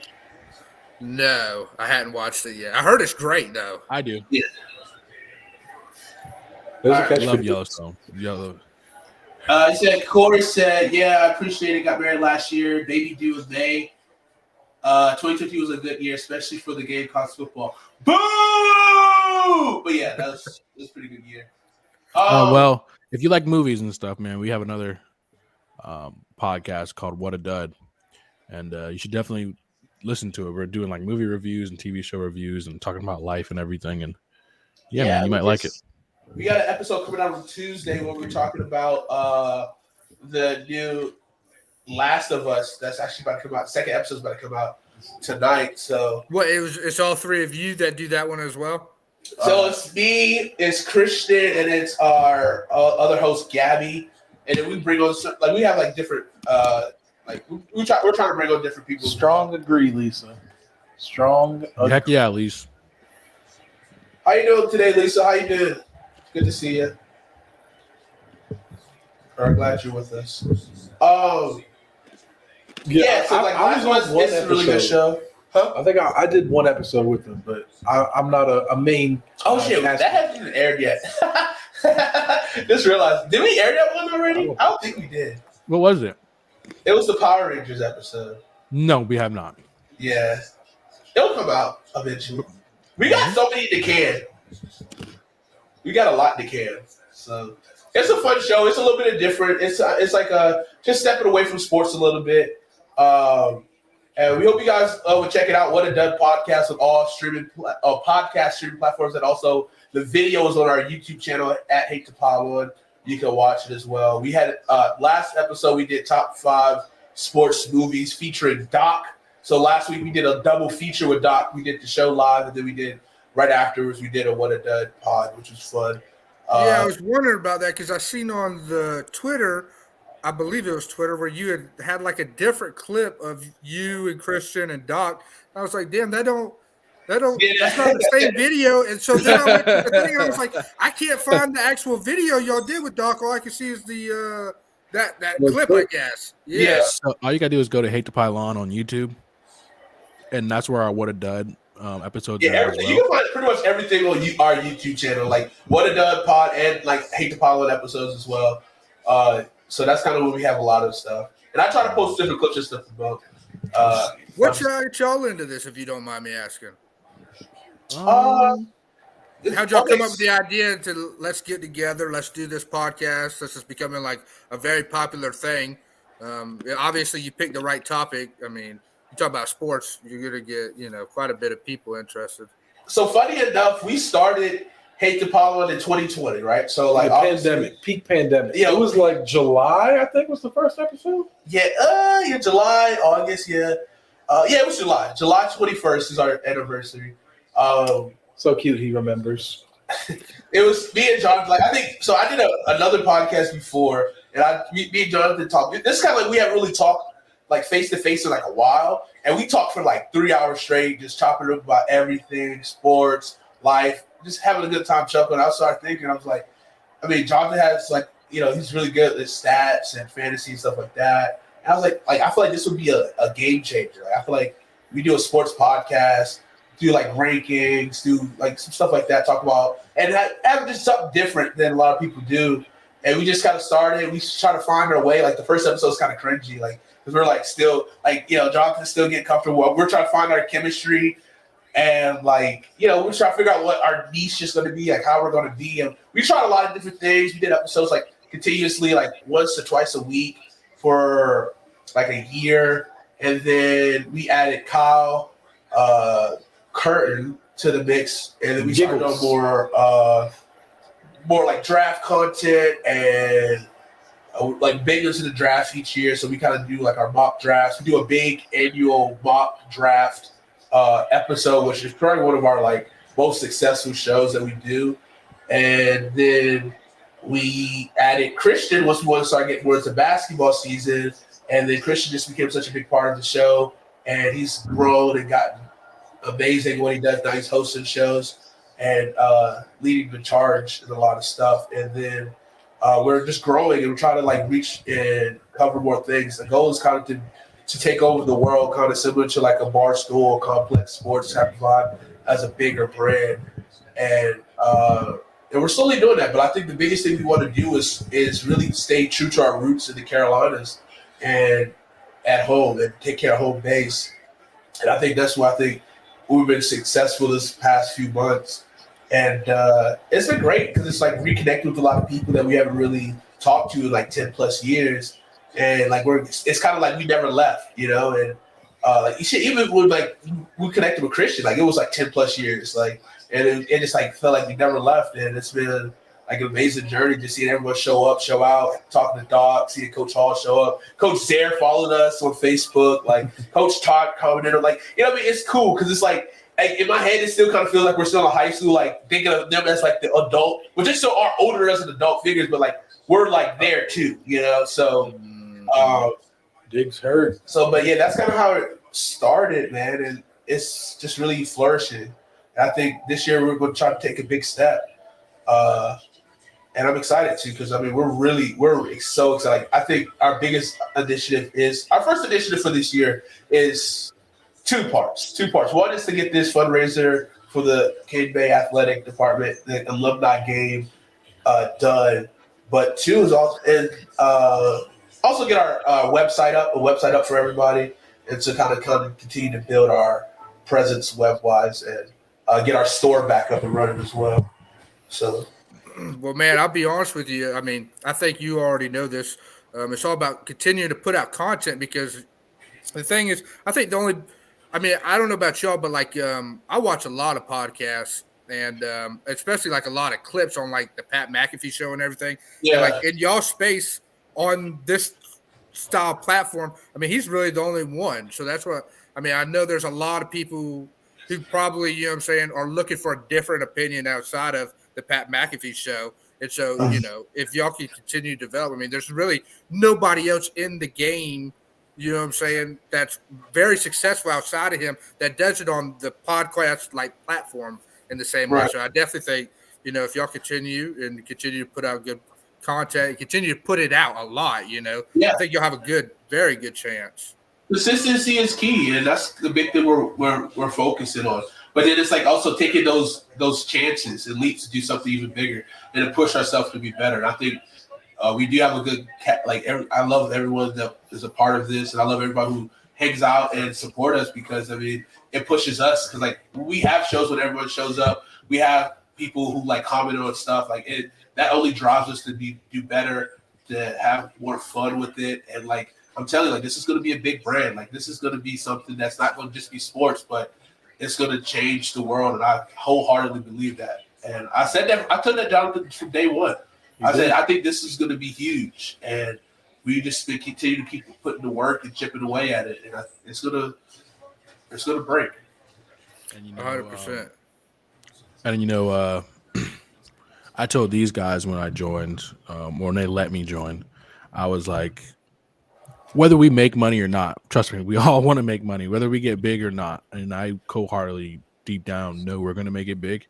And I told them, even if we don't, I love doing it with them, and I'll do it with them 20 times a week if we could, day in and day out. And I mean, I know these guys get annoyed with me because I'm always trying to come up with different shows and stuff, especially for our other podcasts. And like he said, we don't put out so much stuff on that one. It's just like, we don't even have to play catch up. I think we're probably good for probably a month, honestly.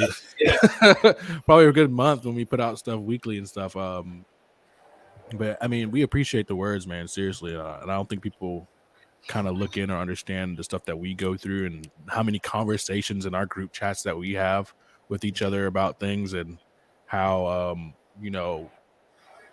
us three. I'm gonna speak for myself and for them. Like we love each other and we can go to each other about anything. And when I'm having a terrible day or what, shut up, Jonathan. When I'm having like a terrible day, man, you can ask CJ. I call CJ probably during the week. Probably listen. I've called CJ maybe at least 20 times a week for the past maybe month and a half, maybe just with ideas or I'm having a bad day or whatever. And even Jonathan, he's helped me out in some things as well, which I appreciated him with that. Big time. And it's just like the amount of stuff that CJ goes through and the ideas and just trying to run everything, and it makes my life a lot easier. And it's like, people don't even understand the amount of stuff CJ does. Like just to get us up and running, set dates for shows and topics and stats and all that kind of stuff, man. And it's truly an honor to work with these guys. And like I said, even if we don't get paid, man, I will do this. I'd rather do this to the day I die. Hopefully, before I die, we get paid. But if we don't, man, I mean, I'll do this for free forever, man. If I could do it with these guys, man, that's how much I love doing it, like this show with them, 100%. Yeah, man. Well, that's why just continue to put out content, man. I feel like for sure for you guys because I feel, to me personally, that's kind of like, you know what I'm saying, even. If you feel like at some point, like, oh, the numbers aren't there for some reason, all it takes is somebody to have like a catalog pretty much of content already. And then it gives so many people the opportunity to where it's not like they're just learning you. They can jump on there and almost like binge your stuff, to know you. And then all of a sudden overnight you go from, 500, 1,000 people to, maybe you've got 10 to 25,000 listening every episode just because you have all the content there to where, some people, they're not looking to just, they click on and they're like, oh, this was good. Do they have anything else? And there's nothing else really there for you to look at where if you continue to put it out there, if they like it, they'll click the next thing, Right. No, for sure. 100%, man. Lisa says doing good, just cooking his baby.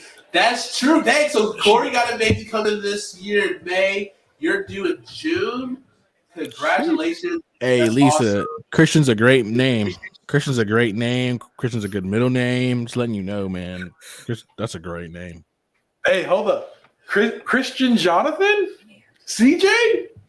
Hey, there you go, Lisa. You got to do it. There you go, Lisa. There it is. But yeah, we're definitely we got some ideas. We've been putting out content, man, and we just appreciate you guys for just rocking with us, man. That's all we want, 100%, And man. as long as you guys keep rocking with us, we'll rock with you. Yeah, we appreciate anytime you can join the show, whether it's coming on as a guest like you are right now, even if it's just hopping on the Facebook or Twitch, the comment section, being active, getting our views up. We appreciate it all. Yeah, even if you share, like any post, everything with that engagement helps us in the algorithm on social media. Just get more looks and exposure, and it's awesome, man. It really is awesome. We don't want to hear it. We don't want to hear it. Yeah.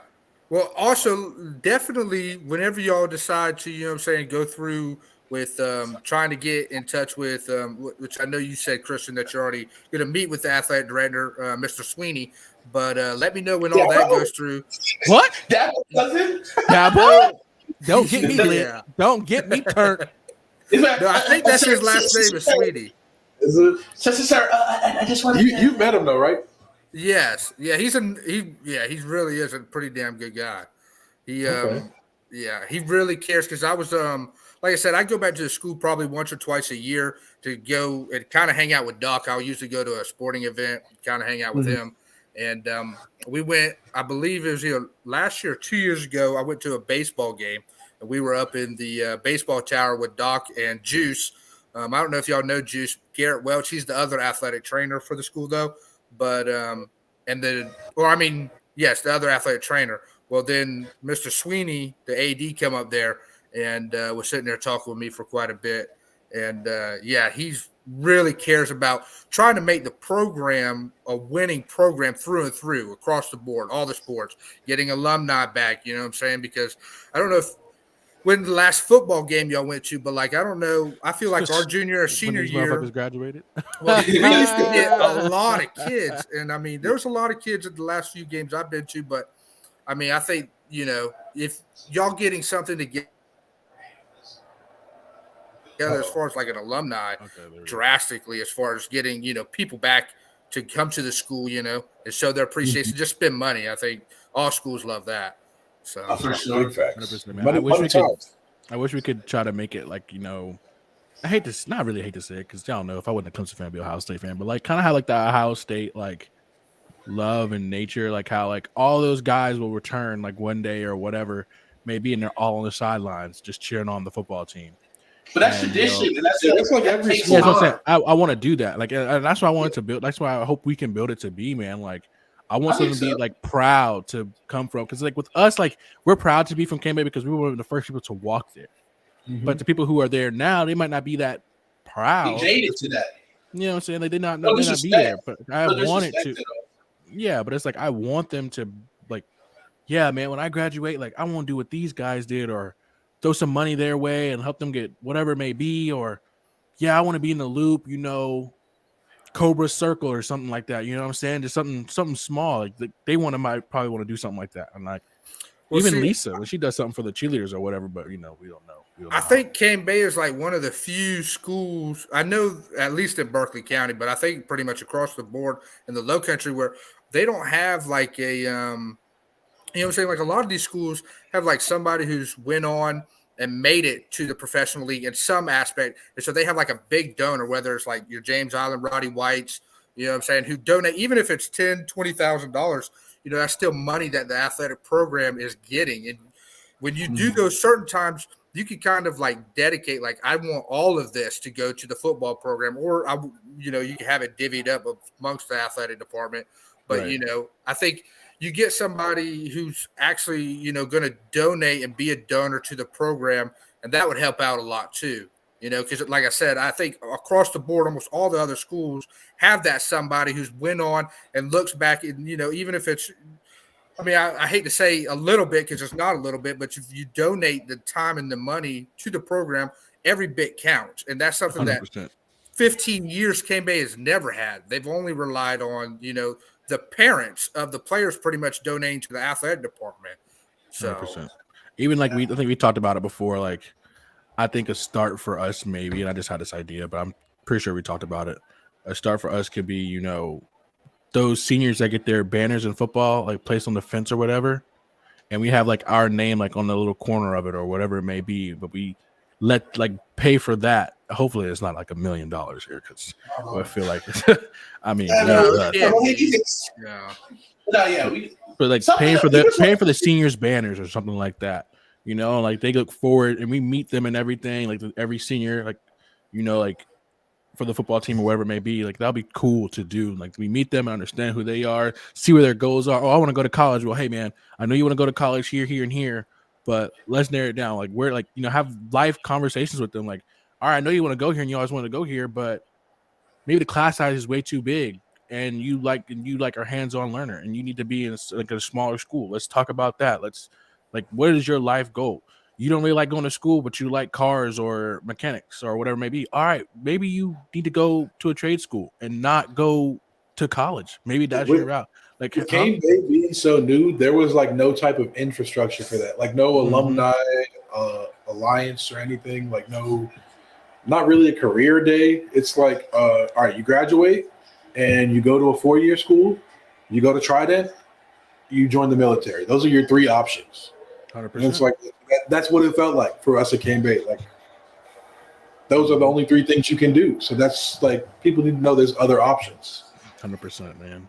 100%. Well, I also feel like too, and this isn't a gripe at anybody or across the board from old to new, any of the staffs, but I just don't feel like along the years there's been kind of this narrative that there's not athletes and there's not talent as much at Cane Bay as possibly the other schools in the area. But I don't truly believe that. I think we just we haven't done as good of a job of pushing players to the next level. If you look across 100%. the board, like we almost, it's not, hey, wherever you go, congratulations. A lot of kids don't get that opportunity to go to the next level and play any sport. So, I'm not going to dog anybody for going to a Limestone or a Presbyterian 100%. or a Charleston Southern, but like across the board, how many Cane Bay athletes have gone to legit Division I, not FCS, but FBS. Not that many. None, hardly, outside of RJ, I believe. Like across the whole board. That's what I thought. Now, Cameron Durant, he's a 3-star guard for us. He graduates 2020 this year, and he's going to ECU. Gotcha. Heck yeah, man. That's awesome. We have some comments we got to get to. So Lisa's baby's already named. So maybe the 3rd baby. Damn. But all 3 of our names together, that makes sense. There you go. 333 for DeMar Hamlin. There we go. There it is. Yes, sir. Come on, Lisa. Make it happen, Lisa. Come on, Andrew. You got. Come on now. LT. 3rd LT kid, Johnston. 3 names. LTJ. Ooh. I like Little that. TJ. Come on now. Come on. Don't forget that other one now. Oh, this is my sister. Hi, What's going on, CJ. CJ? Yeah, man. I think that's one of our dreams, man. It'll be fun to try to help that out. And like, these guys know my overall dream that I really want to do in life. And we kind of talked about it earlier, and I really would like that to happen. But also, like CJ said earlier, it starts here. Like with us, no one else is doing it, so why can't we do it? In a way. Why not us? Exactly, man. Why not us? 100%. And like, That's why I said, what do you need to buy a house in Cane Bay so we can start getting some athletes over here? I think that's called tampering, and that may be called tampering. It's still hella land. It's like next to that whole to the left or straight across from Cape Bay. It's like miles of land that still ain't even been touched yet. So we can put another school right there across the street and let's compete. Private. That's what Sheep Island University. Hey, hey, that's where the athletes at. They would be there, definitely. Not the Hate to Pylon facility. Not the Hate to Pylon facility. It's gonna be who's gonna? Okay, so the question is, who gets the name of the stadium? Who gets the name of the gymnasium? I don't think anybody's earned it yet, honestly. I mean, and this isn't a swipe at, the current staff or anything, but it's just like, what have you done? Honestly, getting Wash, bumped maybe. every year out of the first round of the playoffs is not, really deserving to get you. Now, if Zaire stays there for 20, 25 years, then just because of the amount of time he spent there. But I mean, it's like, man, we got to get that program rolling again. I felt like, when we left, this program was constantly, gradually getting better and better and better, and you could see it through the That record. 14 class, man. And and then they dropped it to 0-11, and it was like, well, here's the rebuild from here. Yeah, that was a tough season. That was a tough season, though. That's okay though, man. It's okay. But I'm talking about for us. If we created our own, I want the name the weight room after me. Go ahead, dog. I don't think it would be named after anybody else. I'm pretty sure you're like number one on every single board still. Nah, not on Power Clean. Oh, brother. I think Matt Rudy might got you on that one, isn't it? Matt Rudy's 2 down. He's not the top CJ or the top Thompson on Power Clean. Damn. You only get haters when you're doing something right. Hey, Thompson is the biggest hater out here. And CJ is my biggest hater out here. And CJ is my biggest one. Hey, yo. And you can have the weight room, man. That's all you, because no one knows. In the library. All right, go ahead. I'm gonna build a studio to kids to learn digital media production and social media. Heck yeah. That's huge. And coding. I want the school to be able to. You can learn how to code by the time you finish. Steal money from people? Huh? Steal money? Relax. It is a private school though. It won't be a private school. We stealing money for 100%. Hey, we gonna recruit, damn it.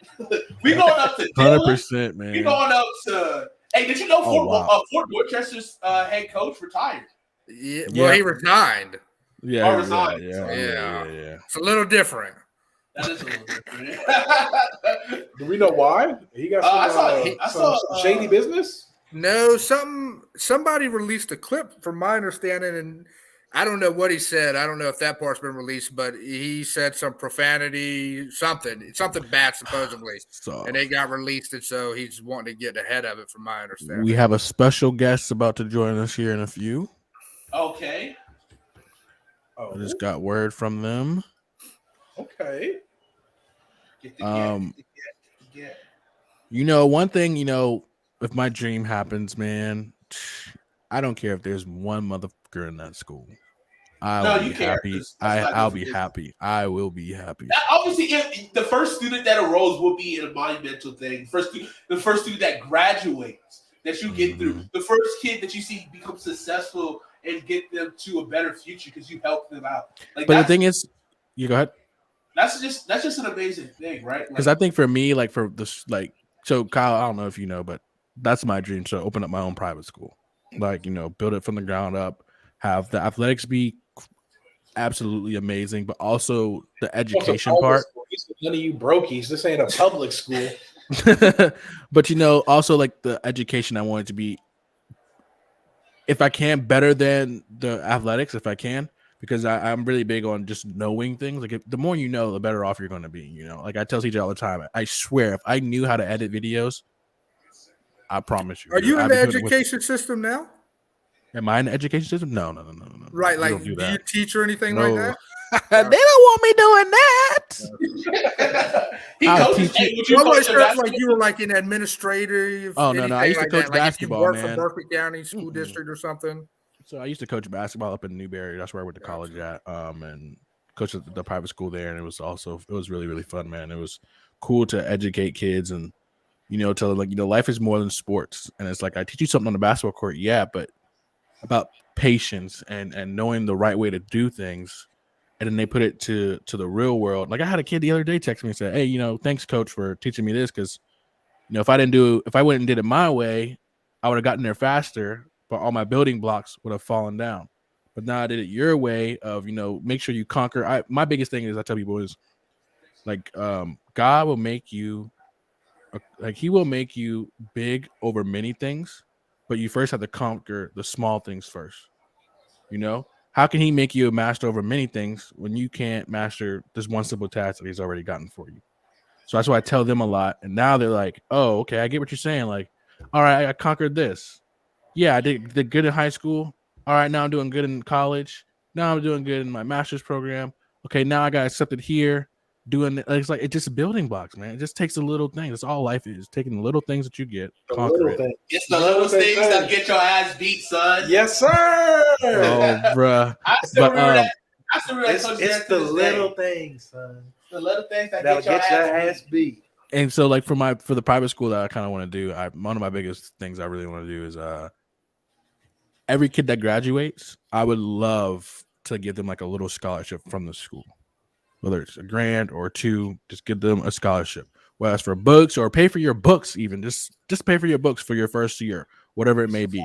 Just something small. Well, then if you've got a private school, all you got to do is just barely raise the tuition a little bit and just let them think it's part of their tuition, but it's really paying them back in the end. Kyle, you're saying too much, Kyle. You're saying too much. They're going to look back at this.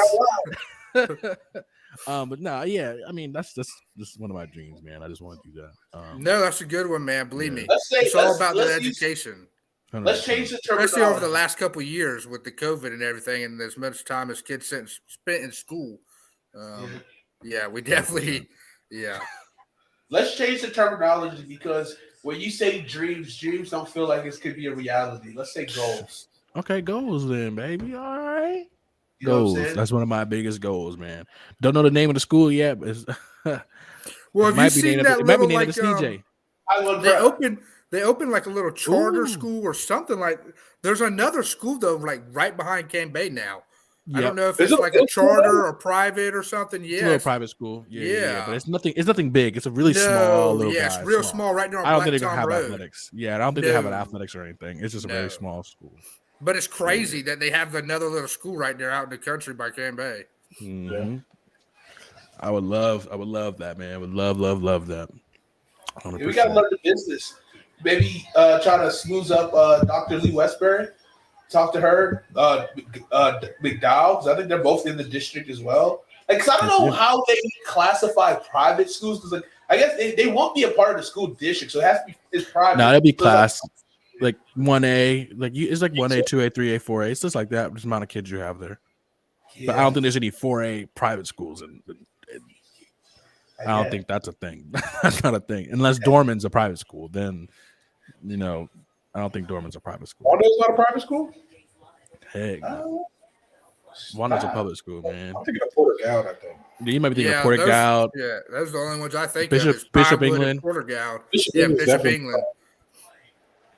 I thought Wando was private too for some reason, but I know Porter-Goud is for sure in Bishop England. St. John's Christian Academy. You got. Isn't that Oceanside kind of like that too, or like it's really a prep school, aren't they, or something? Right, like that's what I thought. They're like a prep or charter or something like that. They're not full public. I thought they used to be a different school. Like I thought that they used to be a Christian school is what I thought. And then they like Pinewood too.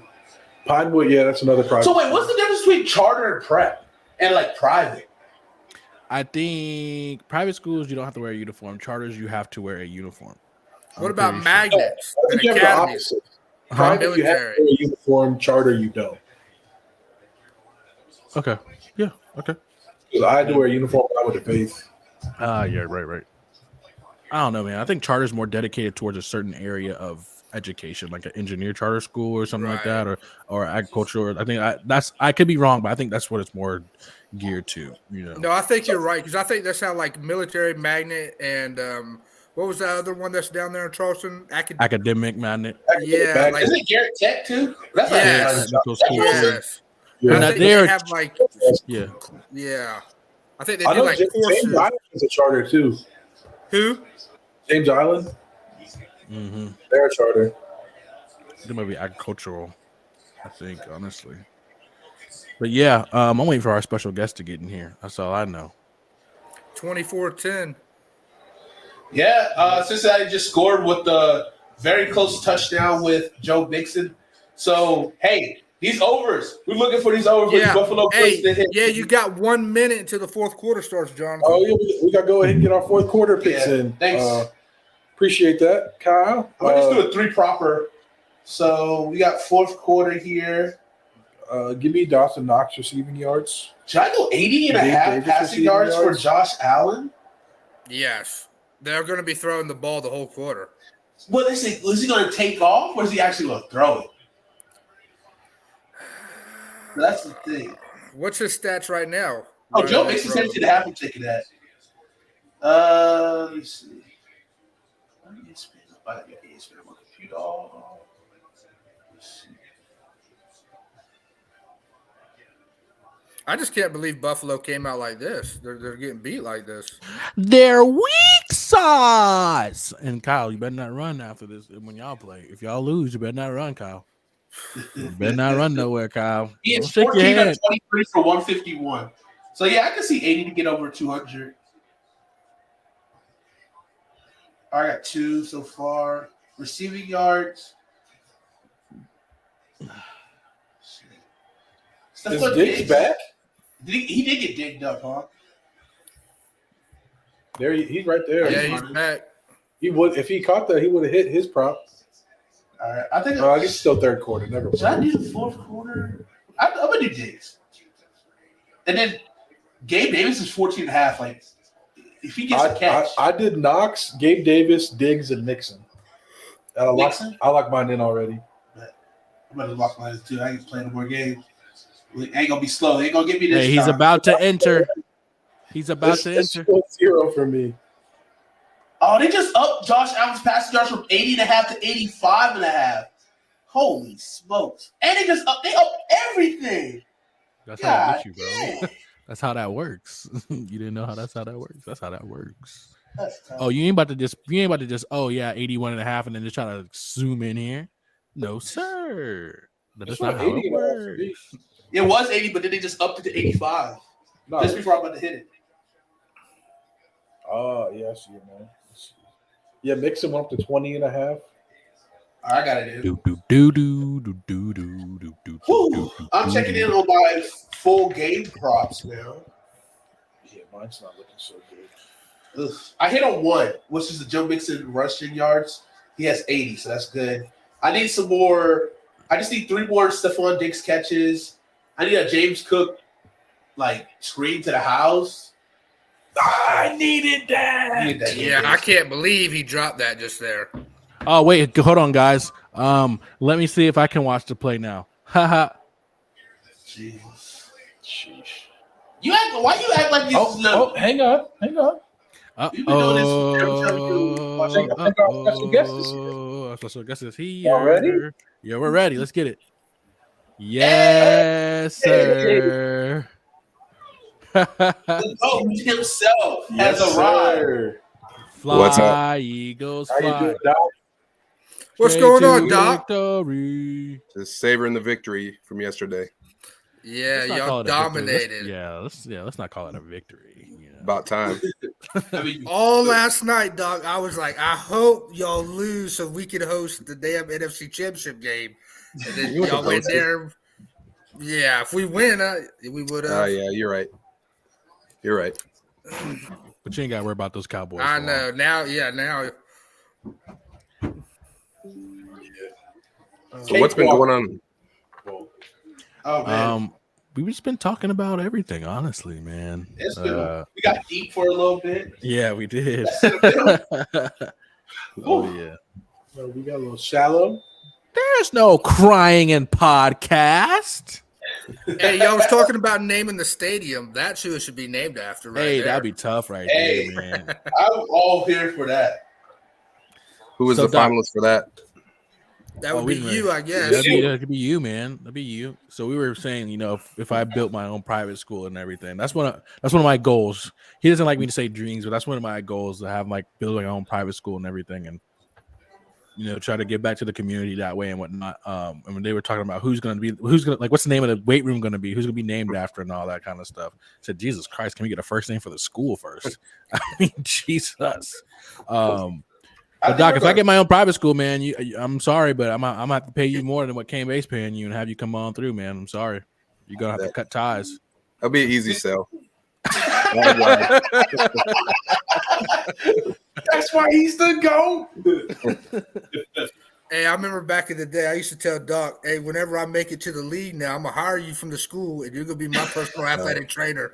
Yeah. I'm still waiting on that offer. Believe me, I'm still waiting to make it, buddy. Right. If it wasn't for that injury, man. If it wasn't for showing up the coach at a coastal with the push-up test, That's true. Believe me. set the school record and just embarrassed him. Hey, Kyle epitomes BAM. Be a man. Kyle's still the only athlete at Cane Bay that we've had to sit him down multiple days due to poison ivy. Walking around in his barefoot. Oh man, Can't get my shoes on. All right, let's talk about this elephant in the room, right? Let's do it. All right, this is probably one of the most. Can we say infamous? Is infamous the right word, or probably one of the most iconic moments in Cane Bay history for football? Where, and I apologize if this is crude, but when you tore your ACL in spring practice. iconic. One of the most iconic moments. Obviously, terrible situation. Your NFL dreams would look like it was, it's pretty much shattered then and there. But the sheer, Just the fallout. literally. It's the yelling. Just get right to it. It was the yell. It was. It was the yell. It was probably the funniest things I've ever witnessed at Cane Bay.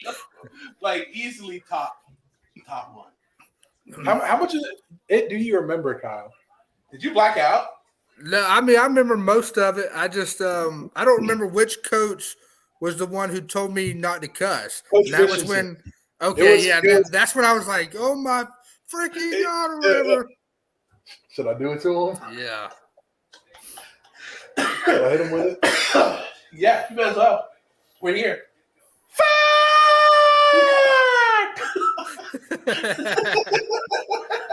Marie, watch your mouth. Oh my freaking gosh! Hey, that shit hurt. Y'all don't understand. I believe it. No, for sure. And that's what's like. Like you kind of feel bad because it's like you just you hurt. You're hurt. But then it's just like it's what it's like. But that's the respect you had for our coaching staff. Like he told you not to curse, and you're sitting there with a torn ACL, in pain. You had the. I thought he was still going to be the head coach. If I knew he was going, I would have probably been like, "Fuck you too." The fact that's it. You had the restraint to censor yourself in pain. I wouldn't care. Look, I'll ask for forgiveness later because you drew out that F. Like you wanted to go the other way so bad, but you went with freaking, and it was very impressive. Two things that I remember about that I don't know if y'all do was one. What pissed me off most was that was first day of pads. And so it was kind of like I was going against Willie and I was trying to make a point because it was his first year starting. And we were doing a pass protection drill. And I decided to do a run blocking drill instead. And that's where I fucked myself. But two was that was before we had Bleemer. That was when we had Coach McCulley. And he's McCulley, dude, on me with all his weight against my chest. I'm like, I have a torn ACL, and now his big ass is about to crush my rib cage in. I'm like, this is just great. He's like, watch your mouth, be quiet down there. I'm like, bro, if you don't get your big goonie ass away from me. You look like the monster on Goonies. That's what I'm saying. Did you ever see his clipboard? He used to have a clipboard, and he had like the initials of the schools that he had coached for, except he would just cross out the letters and then draw another ones underneath it. And he had like 10 schools on his clipboard with like the names like crossed out. And then I'll have to find it, and I'll have to send a picture to y'all. I actually still have it. Well, he didn't have to cross out this full school after he left Cane Bay. He just had to cross out the HS because he's with the Cleveland Browns now. Yeah. Yeah, I seen that. That's crazy. He's been with the Cleveland Browns for a long time. Yeah, for a real long time. Which is crazy to me. You'll see.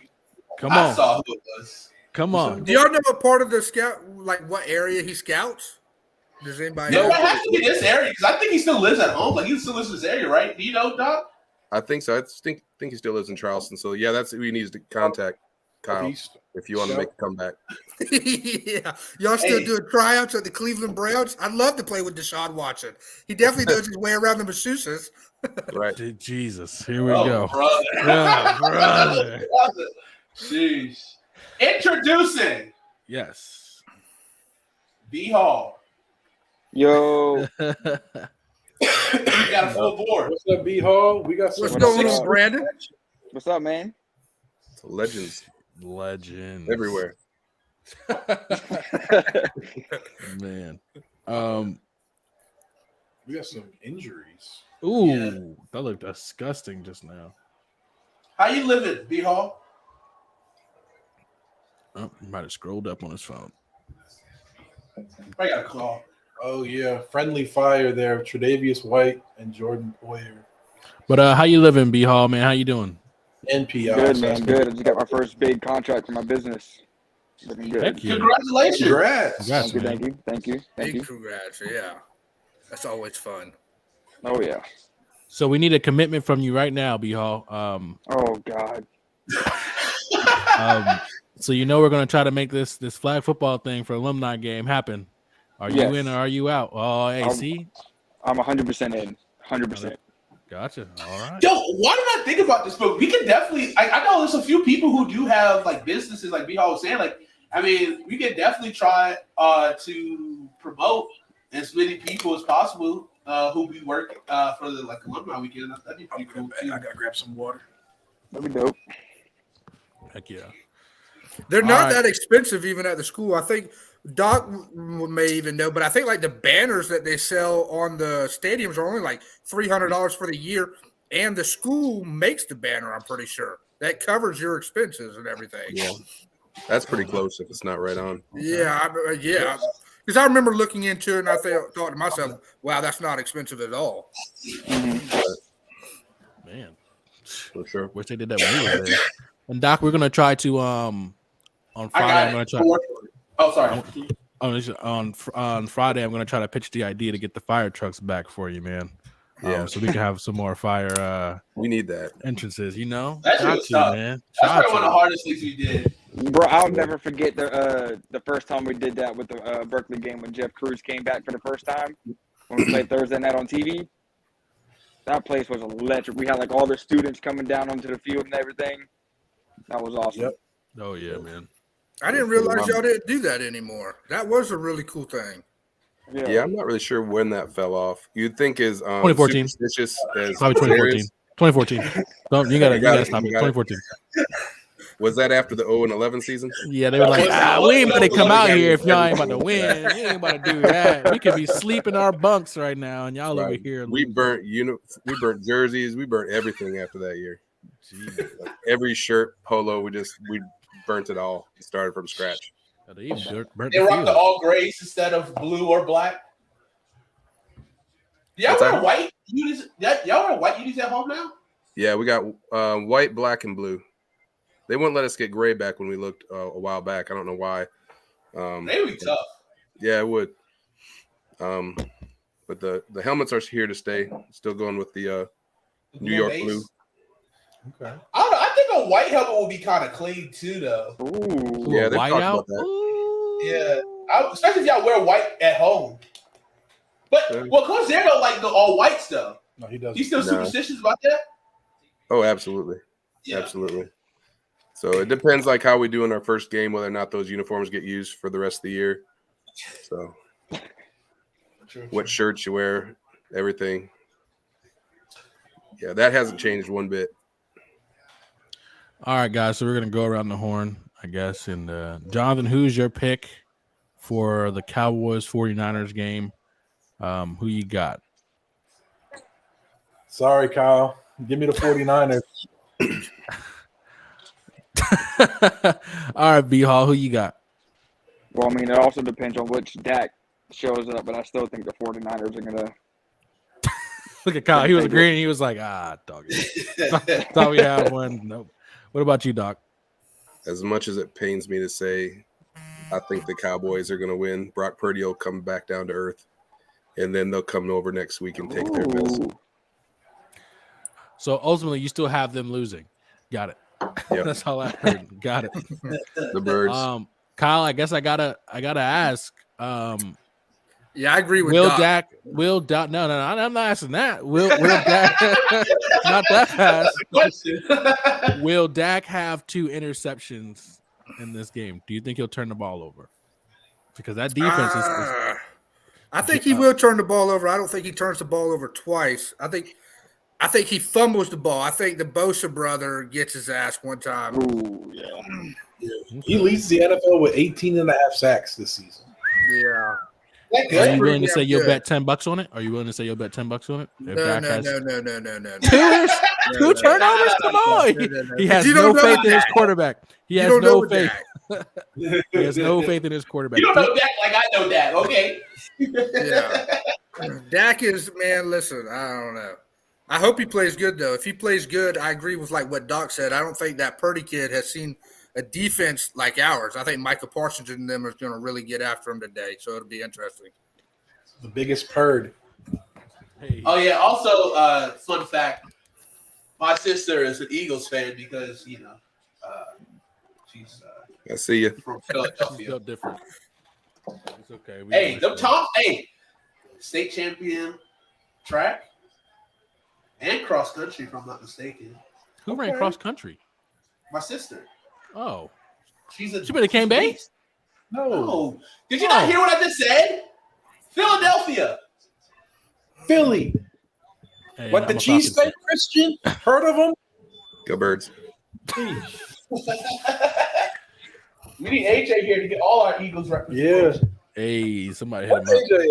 Yeah, somebody hit him up. He usually hops in the streams and the comments. I don't know where he's at today. All right. So I think I'm about to post this, but we can start here and talk. Drum roll, please. The list of Doc. Oh, that's small. Yeah, I can't see that. Woo! I can read it off to you if you need me to, but you're gonna be paying for my bifocals. Yes. Hold on. I got the list. I'm gonna just post it now. Okay. How about that? Okay. But you can put that list up and I can just read it out. Or I mean, I don't know. People can. Oof. Man. All right, Kyle. So let's say y'all win this game. Okay. Let's say miraculously God loves you guys this week and says y'all are gonna win this game. Do y'all have a chance in hell to be? Oh, we will smoke the Eagles if we play them again. Oh! I hope we play them again. All right, Doc. Are you one of the type of people that when your team's Hope playing, we you gotta play be in them front of the TV 24/7? Are you one of those people? Oh man, my man. Oh, I seen the baby there. Are you one of those people that gotta stay in front of the TV to watch the game the whole time? And are you yelling at the screen, Doc? Nah, I'm pacing. Okay. I'm one of them. I'm pacing. Hey, Doc, move your head real quick. Move your head. That's Led Zeppelin. Is that what you're Oh, trying to wonder what that was? I don't know what that was. It's like, yo, Doc got. I don't know what Doc got going on back there, but I Got don't a know what naked it was. man behind. Don't worry about what's going on. So let's just say, Kyle, y'all win, and y'all play the Eagles. What's your score prediction? It'll probably be close, but No, that's not what you said. You said you would wipe the floor with him. yeah, That's we not will. what you said. We will. Actually, we will. So we I'm gonna hold you to your word. Yeah, we'll probably beat them like 35, maybe 20, something like that. Damn, Doc. I guess you don't know. I guess he don't. 35. Are you scoring 5 touchdowns or are you scoring 6 and you just missing some extra points? Nah, with our kicker, yeah, that's a real concern actually now. But I would hope we make all 5 of our XPs and 5 tutties. 100%. You see, he was trying to warm up on their side of the field, and they stepped in between him and the holder. Oh wow. Like 5 minutes ago. Damn. Yeah, well, apparently, I didn't realize this, but they sent out like a memo, I believe, last week or 2 weeks ago, where the place kickers are trying to use like some little thing as like a holder almost out there. And so the league sent around a memo saying that there'll be make sure they're watching so that way they can bust these place kickers because they have to kick it off the turf. You want to know the rumor of what I heard the item was? Yes. It's the little white piece in the middle of a box of pizza. They turn that upside down, so it's got like the 4 little prongs. Mm-hmm. So you can put the corner of the ball in that, and it's easier to stand it up. I don't know if that's true or not. That's just the rumor I saw. That just sounds like somebody hungry and they want a pizza before the game, and they don't have no good reason to get the pizza. So, hey, it makes sense though, because I know they were talking about it's something small white. They just keep catching it from a couple of the kickers, and then all of a sudden they were like, "Hey, these motherfuckers are cheating." We think. Yeah. Dawson Knox? Dawson Knox tutty? Not a tutty. Damn. Yeah, got your hopes up. 30-yard catch. So can we get a commitment from you, Kyle, that you will give Doc $1 if y'all lose, and then Doc will have to give you $1. I mean, we got to make Doc it will to do the a game reconstructional surgery on your leg and get you to the league as fast as possible. That can be the bet right there. All you gotta do is give up $1. Hey, if we get to play them next week, I'll bet Doc $100 that we win. Jesus Christ. All right, now Doc just said it's gonna be. Everyone's like, "Oh, brother." Doc just said now it'd be easy for him to come to my private school. Okay, so why are you trying to take money off the family table, man? What are you trying to do? Why are you Y'all trying don't to do know Doc man? that well, then. Y'all don't know Doc that well. That man is rich. Doc, do you have a farm? Yeah. Yep. I knew I. All right. Okay. Yeah. No. That means you don't pay taxes. I know your game. You know the deal. Yeah, he's got the And agriculture. that's what Rick Ross did. That's what I learned from. We invest what kind of farm? Shoot. Oh yeah, what kind of farm? Who on here watches Yellowstone? Does anyone on here watch Yellowstone? Oh yeah. So you watch Yellowstone, Doc? I haven't caught up yet, but yeah, Okay. I've watched it. All right. We might have to do a Yellowstone review. I got some people that watch it. Jeez. I'm trying to get CJ to watch it. I'm trying to get Jonathan to watch it, but they just keep knocking it. They're just not interested right now. I'm not knocking it. It's just No, you know what I'm not interested in watching is your new favorite show, Velma. That show That's not looked like my show. My show. Don't come on here lying to people. I said I want to see it before the reviews came out, and now they're saying it's terrible. I don't know if she's black or what. I don't know what color she is. I can't tell. It's ambiguity. A woman? Ambiguity. It's the thing. She's what? Ambiguous. Okay, iridescent. You don't Got it. You come to your Ooh, Yellowstone. there he is. there he is. Hey, Jay.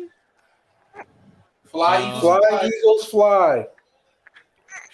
I wish that game was tonight. was So, last all right. So y'all heard it here first. Kyle said he's gonna give Doc $100 if they lose. You don't. No, we got it on tape now, so we can send this to you now, Kyle. I don't want that's you fine. running. That's This fine. is- But like I said, we have to make it there first. If we lose tonight, then it don't. It's You all still for- owe him $100. No. I got to play them. No. I've already helped with the comeback once before, so I'm willing to do it again. 100%. There's one time where Kyle was going to switch positions, and he stopped by at the school, and I actually threw him some balls, and he looked like a sack of hell as a tight end. So Jeez, man. Yeah. y'all didn't know that was almost about to hit Coastal Carolina. But Hey, what they don't know is at Coastal, they called me Jay Witt. I think they called you a piece of shit. It could have been that one too. my bad, Kyle. No, Wait, watch out. that was a great play on words. I like that. Kyle, please tell them about Put it on a t-shirt, 40-yard dash, the second one. Oh, when I took the brace off? Yes. Oh, it was like huh? Hey, y'all remember that scene in Forrest Gump when he's running and the brace is like falling apart and he's fucking getting this, son? That was me, and then I fell at the end because I was running so damn fast. I'm about to run out of my shoes. The damn coach was like, Bo, if you wouldn't have tripped, I think you would have run about a 3.8. I was like, shit. That's what I felt. About 3.8. This man giving Tyreek Hill a run for his money. Facts. I just remember him telling me the story. You can put down a 4-4 for me. I'll call it even. Yeah, exactly. So we were talking about doing a alumni combine. And so I'm curious to hear your thoughts, Kyle and B Hall. Who do you think will run the fastest 40? Who do you think will run the fastest 40? I was gonna say some other things, but I was like, I don't want nobody jumping or anything. I don't need nobody tearing nothing. You gotta go to work. Somebody might tear somebody trying to run that 40. Yeah, see, I feel you're more likely to tear something running a 40 than jumping. I don't know. You I know, don't can't know. I'm make probably people going to jump. tell my hear me for sure. Yeah. So who are y'all curious to see who can still run it, or if they even? I mean, have it a also depends on who all shows up. Yeah. I think we'll have a good group, honestly, man. I think we will. Ramonte was fast as hell, wasn't he? Yeah. Ramonte was super fast. Yeah. Well, how about this? Out of your old linemen and defensive Josh linemen, Hale. Josh Hale. Yeah. Hey, I'll outrun Josh Hale right now. Some Gucci flip I flops. don't know, bro. I don't know. I got it. I got the wheels Josh on. was sneaky fast. Yeah. Oh, he for sure was. Is he sneaky fast right now? Are any of us sneaky fast right now? Hey, I think some of us are I'm sneaky sneaky. faster than we look. Are we sneaky fast? Different question. I'm sneaky fast to get a beer in my hand, 100%. 100%. I would say maybe Diggs, but I don't know if y'all seen him lately. He might be as big as us. hey, put me up a 40-yard dash against Pryor right now. I bet me 100 times out of 100. I don't know. That's the last time we saw him. As long as we don't put no Chinese food in front of us, Yeah. If No you pasta. Put what's the Chinese restaurant next to Publix? Tokyo Express or something? Yep. If you put a box of Tokyo Express at the end of that 40-yard line, I'm beating everybody. Pryor is beating everybody. Our senior year, so the year after you two graduated, Pryor had early out. So he would leave school at like 11 or 12, stop at Tokyo Express, get some food, go home, sleep, come back for practice, stop by Tokyo Express, get some more food, go home, and go back to sleep. So literally all he did was go to school, eat Tokyo Express twice a day, and then sleep. Sounds like a great day of living. Well, he got really good like around y'all's year and everything because he ended up playing quite a few years of college ball, didn't he? Yeah, Yeah, he did. I saw him against Newberry when he came up to Newberry and played us. he played at Valdosta. I think he finished at Valdosta. Well, he went to but the he didn't. Iowa school first for shot put, right? Yeah. I don't know. He went to some school before. I thought he was Both at sides. BC at Bethune-Cookman. No, that was David Bryant. Yeah, David went to Bethune-Cookman. Pryor went somewhere in Iowa first, and then ended up at Valdosta with Kilgore. Yeah, he went to Briar Cliff College in Iowa. Briar Cliff, that's it. And I don't think he even really ever played there. He ended up coming back like at semester time. And then he ended up, I think, with Sean Sweat at somewhere up in Brevard. That's where he was Brevard, at. yeah, He yeah, went to yeah. Brevard because Brevard was in the same region or conference as Newberry. Yep. That's Brevard where I saw him at. They tried to recruit a couple of us. Didn't Ramonte play at Carson Newman, I think? Or one of the schools in either North Carolina or Tennessee. Mm-hmm. He was like a D2 school. I saw him. I'm not sure, but I know that boy was fast. Yeah. He's my all-time for return man. Yeah. I'm I almost there, honestly guys. don't even know who else would be up there with him. I feel like someone else. I feel like Nigel was a solid punt returner. Yeah. Ramonte kick return. Tracy Gilliard was really good punt Tracy returner as was- well. He went to Monmouth. Yeah. For like this year, I think. I thought he was there for a couple of years. Maybe 2. But I know he finished at Coastal. That's right. Tracy's a professional power lifter now. Yeah. That's That's crazy. just dope. Yeah. He's putting up numbers. Putting numbers on the board. Like, he'll show up once or twice a year, and he's got a little something hurting him. Always wants to know what he should do. But I don't see. You look at him, and he's strong, but I don't know how he puts up that much weight with those little chicken legs he has. Not plenty of times. He has a tiny frame. Yeah, he's just power, pure power. Who was that? Tracy Gilliard. He was class of 2014. He played corner. Corner? He played safety too or just corner? He probably played corner. Both. He had to be everything that 2014 year. I'm waiting for And this fast. list. I'm ready to see the controversy that's about to happen here. TJ's working on it. All right, I got it all down. I He's just transcribing it. yeah. All right. Doc, what do you think of this game going on right now?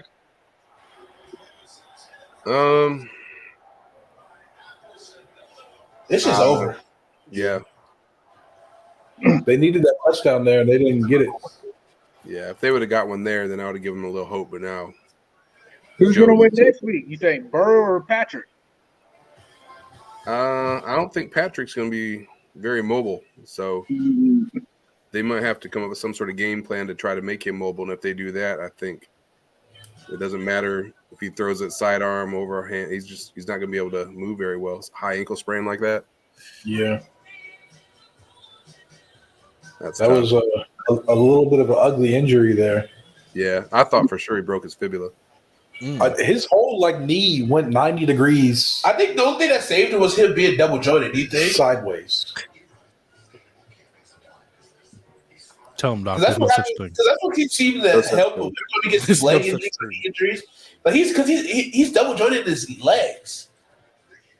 No, Because I remember when he hyperextended his knee that one year, and he could have. It looked like it was an ACL, but because they said because he was double jointed, he was able to, I guess, escape serious injury. You can correct me if I'm wrong, Doc. Yeah, there's no such thing as being double jointed. Thank you. So why do people like? Because they just want to seem cool. They just want to seem cool. That's all. They just want to seem cool. It's called hypermobile. It's like people being left-handed. It's not real.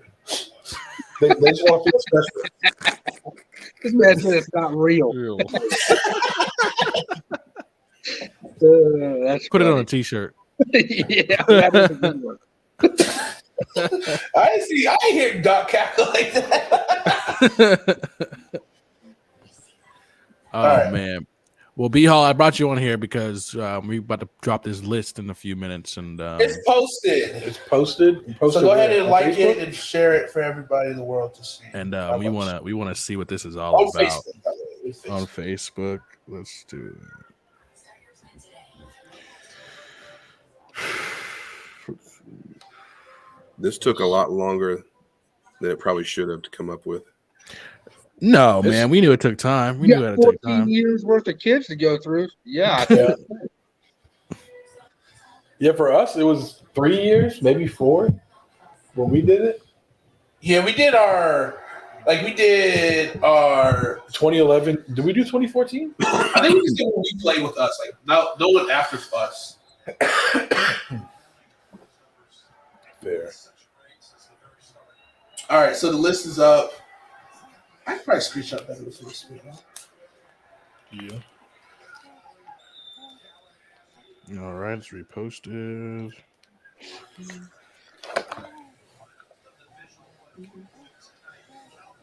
Hey, Brandon, you think Brady's going to play again next year? No. He's going to play. Is he going to play well? Absolutely not. No, his like he's done. He's done. I mean, yeah, like they said, he might play, but it ain't gonna be good. He got rid of dead weight. His wife. Nah, did you see the TikTok before the season when the divorce came out that his wife was a witch? Yeah, it was a TikTok I saw at the beginning of the season, and I laughed at it. They were like, "Oh, this year you're gonna see like what he looks like without her casting like all her spells or whatever for him." And I don't know. He looked like shit to me, so. Oh man. Well, Doc, I'm not gonna lie to you, man. This is gonna be an interesting meeting on Friday. It's gonna be very, very interesting. Did he get 4 yards? Yeah, he definitely. I don't know. There it went. Because I don't know how this. Is that better? Can y'all see that better or no? Yeah, we can see it. I don't know the starting. Oh, you have multiple pictures, probably. Yes, multiple pictures. So this is just a list. So these are the quarterback, running back, wide receiver. Currently, the last person on this is Evan Dingle. What does this asterisk mean? They're put on for two positions. I couldn't make my mind up where to put them. Gotcha. No worries. All right. So Doc at quarterback has R.J. Roderick, 2 B Hall, and 3 Devin Dingle. He was the quarterback of the 2014 These aren't team. necessarily in any order. Nah, they're in order. Nope. Some of them might be. Actually, when I looked at it, I think I did put them in order. But with the linemen, you couldn't really put them in order. Gotcha. But yeah, the skilled guys I did put in order. So Chris Copeland, Anthony Enos, Keenan Simpson, Damon Defford, James Bishop, Fritz Defford, James Bishop, and Fritz Simmons for the running backs. And then wide receiver. Go ahead, Jonathan. We got Maurice Wesley, Chris Copeland, Nigel Britt, TJ Johnson, Montez Powell, and Devin Dingle. In which, I didn't know Chris Copeland caught the ball like that. Early on, he was more of a receiver. Okay. And then, he was moved more to a back. You don't think that Montez and Shaquille are a little more even? Just curious. Montez and who? Shaquille Husser. Husser was a tough one that I was like, if I had to take Dingle out since I put him on the quarterback, Husser was one of them. Wish I had to give me a second here and I'll pull the list up. But Husser was one of them, and there was somebody else. Give me a second here, I'll think of it.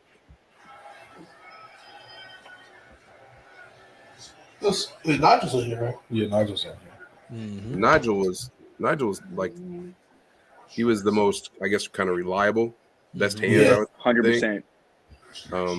Montez was great size, but it's kind of like a circus. You never knew what was going to happen if he was actually catching the ball.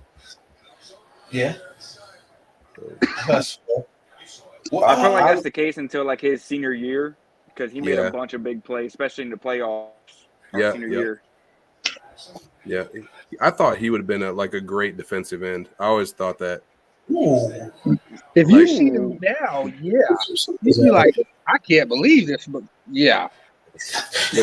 Even I know. I mean, like you can curse, Kyle. You can curse, man. You can curse, Kyle. You can curse. Coach Christensen ain't here. You can let it out. Curse, man. You can let it out. Matter of fact, Kyle, can we get a reenactment of what you would have said after you tore your ACL in that field and all the screaming and yelling? Can we get a reenactment of it? We just want to know what that was like. I'm shocked Doc didn't tell y'all the part, because he might not even remember. But whenever he first come back, I was come back. On the Gator, I was like, make sure you bring a gun with you. Put me out of my misery. I'm fucking done with this. I still want to know who forgot something in the locker room that I had to go get, so that I missed that. Was it the dude who forgot his chin strap, went inside to get it and never came back? No, that was spring practice. Was that the same spring? No, was it? No, I think that was our senior spring. I don't know. Because that was Dylan House. Not Dylan House. That's not the wrong name. Dylan something, wasn't it? I think that's Ceased. Dylan Ceased? Not House. No, yeah, that Dylan kid played with our senior year, I think. And that was the year he kind of like walked out. Because remember, he used to do the drills wrong, and we would have to do the drills over and over again. We were like, yeah, this kid needs to go to the defensive line. Or something. God forbid somebody gets counted and do multiple drills once. Hey, yeah, I ain't nothing wrong with that now. We getting tired out here. Hey, Kyle, actually, I want to ask you this question. As an offensive line coach, who did you like better as an offensive line coach? I mean, y'all know. I mean, I like Coach Cruz, but I like Bleemer a lot too. I just didn't quite. The scheme was a little bit different. I don't know if y'all remember, but like Coach Cruz used to always. He was big in that we don't block backside. You know what I'm saying? If that backside end can run our back down, then we need a different back. And so, like, the first couple games, our senior year, I would never block the backside. And that used to piss Bleemer and Coach Todd off. because they'd be like, that's not how we do it anymore. We block the backside. I'm like, if he can run down Enos, yeah. No. We don't need to block backside. You're wasting the block almost. But I like Cruz a little bit better, me personally. Mm-hmm. Okay. Interesting. Because I think for me, like, I guess it's pretty even for me because I had Bleeds 2 years and I had Coach Cruz for 2 years. So, well, 1.5 really. But they were both great in like the fundamentals. Like I felt like our individual drills, like some of the other positions, like you can kind of watch them and it seems like they're doing things in individual that you do in rec. Where I felt like with Cruz and with Bleemer, it's like, hey, we're doing drills that they're doing in college. Like they're never getting there. Sure. I prefer Coach Bleem's individual over Cruz by tenfold. Easily. Like that Monday Cruise practice. Ooh. Drive. God. Driving the sleds for an hour straight, it felt like. To the damn baseball field. And back. Turn it around. Well, that's because we got in trouble, wasn't it? No, that was just That's Mondays. just our Monday practice. Mondays, we just drove the sleds. The defense line used to complain they were too far away because we used to drive them so far. Yeah. So yeah, that was any problems with the backs on the all-time list? Because we're heavy in the back department, so that one was a little different. We are very heavy. Yeah. I do think I think Anthony Enos for sure, like for our era, is probably the best. And then like right after us, Chris Copeland, I see some of his stuff over. I know he was electric. So like, I don't have any problems with 1 and 2. Keenan Simpson, someone I probably didn't give as much love to, just because. I mean, I saw a little bit. I think I remember him more as a linebacker than a running back. And obviously, I'm not familiar with Defoe or DeFord. DeFord. And so yeah, that's like no reason. It's just most not familiar with their game. Yeah, Keenan and Damon are both 5'6" all time on the rushing list. Both 6.5 yards a carry. Kid? Currently, he's a junior this year, right? No. He was with Chris Copeland and RJ. Oh, was he? He was the feedback this year. He was 24. 24 was Rhodes, Langston Rhodes. He's good. I got him, and I also got another one that's like, TJ Wright. Yeah, he's up there already on the all-time list. He reminds me a lot of Anthony Enos, but he's just not quite there. But what aspect? Thumping ability? Because he has like the 4.3 speed, right? Quote unquote. I guess. Yeah. Kyle Curtin sent us a screenshot of the leaderboards the other day, and his name was at the top for 40-yard dash. So I was like, 4.3. Yeah, I don't know. He's fast, but yeah, I don't know about that. I watched our fastest player ever is Chris Copeland. That's a pretty easy one. But he runs hard like Enos. He's kind of built like Enos a little bit. Okay. So when he's running, he's kind of running through people and kind of maintaining his balance after contact and still going forward. That reminds me a lot of Enos because Enos would hit the whole full speed. He really didn't care whatever happened to his body. I'm not gonna lie, Enos is the only running back I didn't like handing the ball off to. Well, I bet because he used to like chomp down on my arms so bad.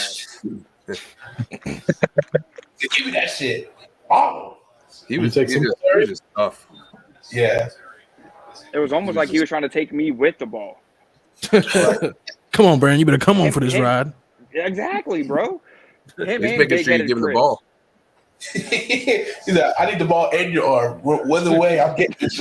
So I can throw. I need your arm so I can throw myself the ball. There you go. That's all you're trying to do. But see, Enos was such a good teammate and just friend and someone to be around, though, that you wanted him to succeed. And you know what I'm saying? Oh yeah, it was easy to block for him. Very easy. Yeah. Let me ask you a question, Doc. How did you feel about wow, I just had his name, I just lost it. Devon. Ooh.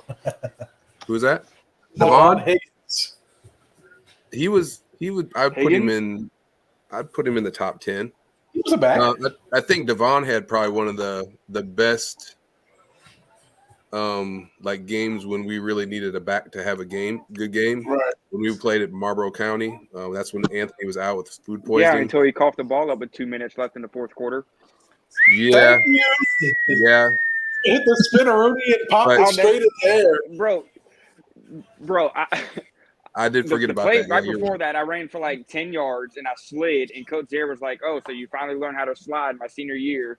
And then we hand the ball off, and he breaks like 18 tackles, runs to the right hash, and then like spins off of one and just like literally throws the ball up in the air, and all you hear is Kyle Murray, "What the fuck?"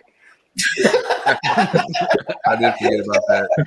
The thing I remember the most about Devon Higgins was at practice one day. He threw or kicked a ball, and it came down and hit Coach Wash in the head. And I remember seeing – y'all remember that? No. He turned and he knew he was gonna die. Like I could see it in his face. and I could have easily just pushed along his execution by pointing him out. But he I just wouldn't play turned. Coach Walsh. His crazy side is. Yeah, and Coach Walsh just turned around. He's like, "What the fuck? all right, shit, yeah, all right, fuck, yeah, okay, all right, like that." I was like, "Oh God, he's about to kill somebody." But that was Devon. Devon almost died on the field. That's funny. That's funny. Yeah. Another classic Cane Bay practice moment was when Jarrett was doing up downs. Oh, that was brutal. That was tough. He had to do up downs until he's telling him to stop. That boy couldn't get up off the ground after the last. He did up downs for like an hour straight. Hey, That's Brandon, I don't know if you remember the time, but I think it was either our junior or senior year, but we was all at practice, and Cody Rose was like, "Hey, Marie, I'll give you $5 if you nut tap Bradley Phillips over there." All right, no problem. Tap. So I'm going to hit him in his nuts, and he's like on the ground crying, obviously. Shouldn't have done it. Didn't he? And Coach Cruz was like, "Bradley, what's wrong?" And Bradley's like, "Someone hit me in my private parts." I do remember that. I do remember that. Oh no! Not the private parts. That's Come crazy. on. Oh my God, we had to run a lot for that shit. There was some guy, I can't remember his name. He hurt his back, and so he didn't want to play. So he come with a note that said he had to sit out for a week or so, and so he was sitting over on the sideline, and he was sitting on a blocking dummy or something like that. And so Coach Cruz was like, "You can get your ass up.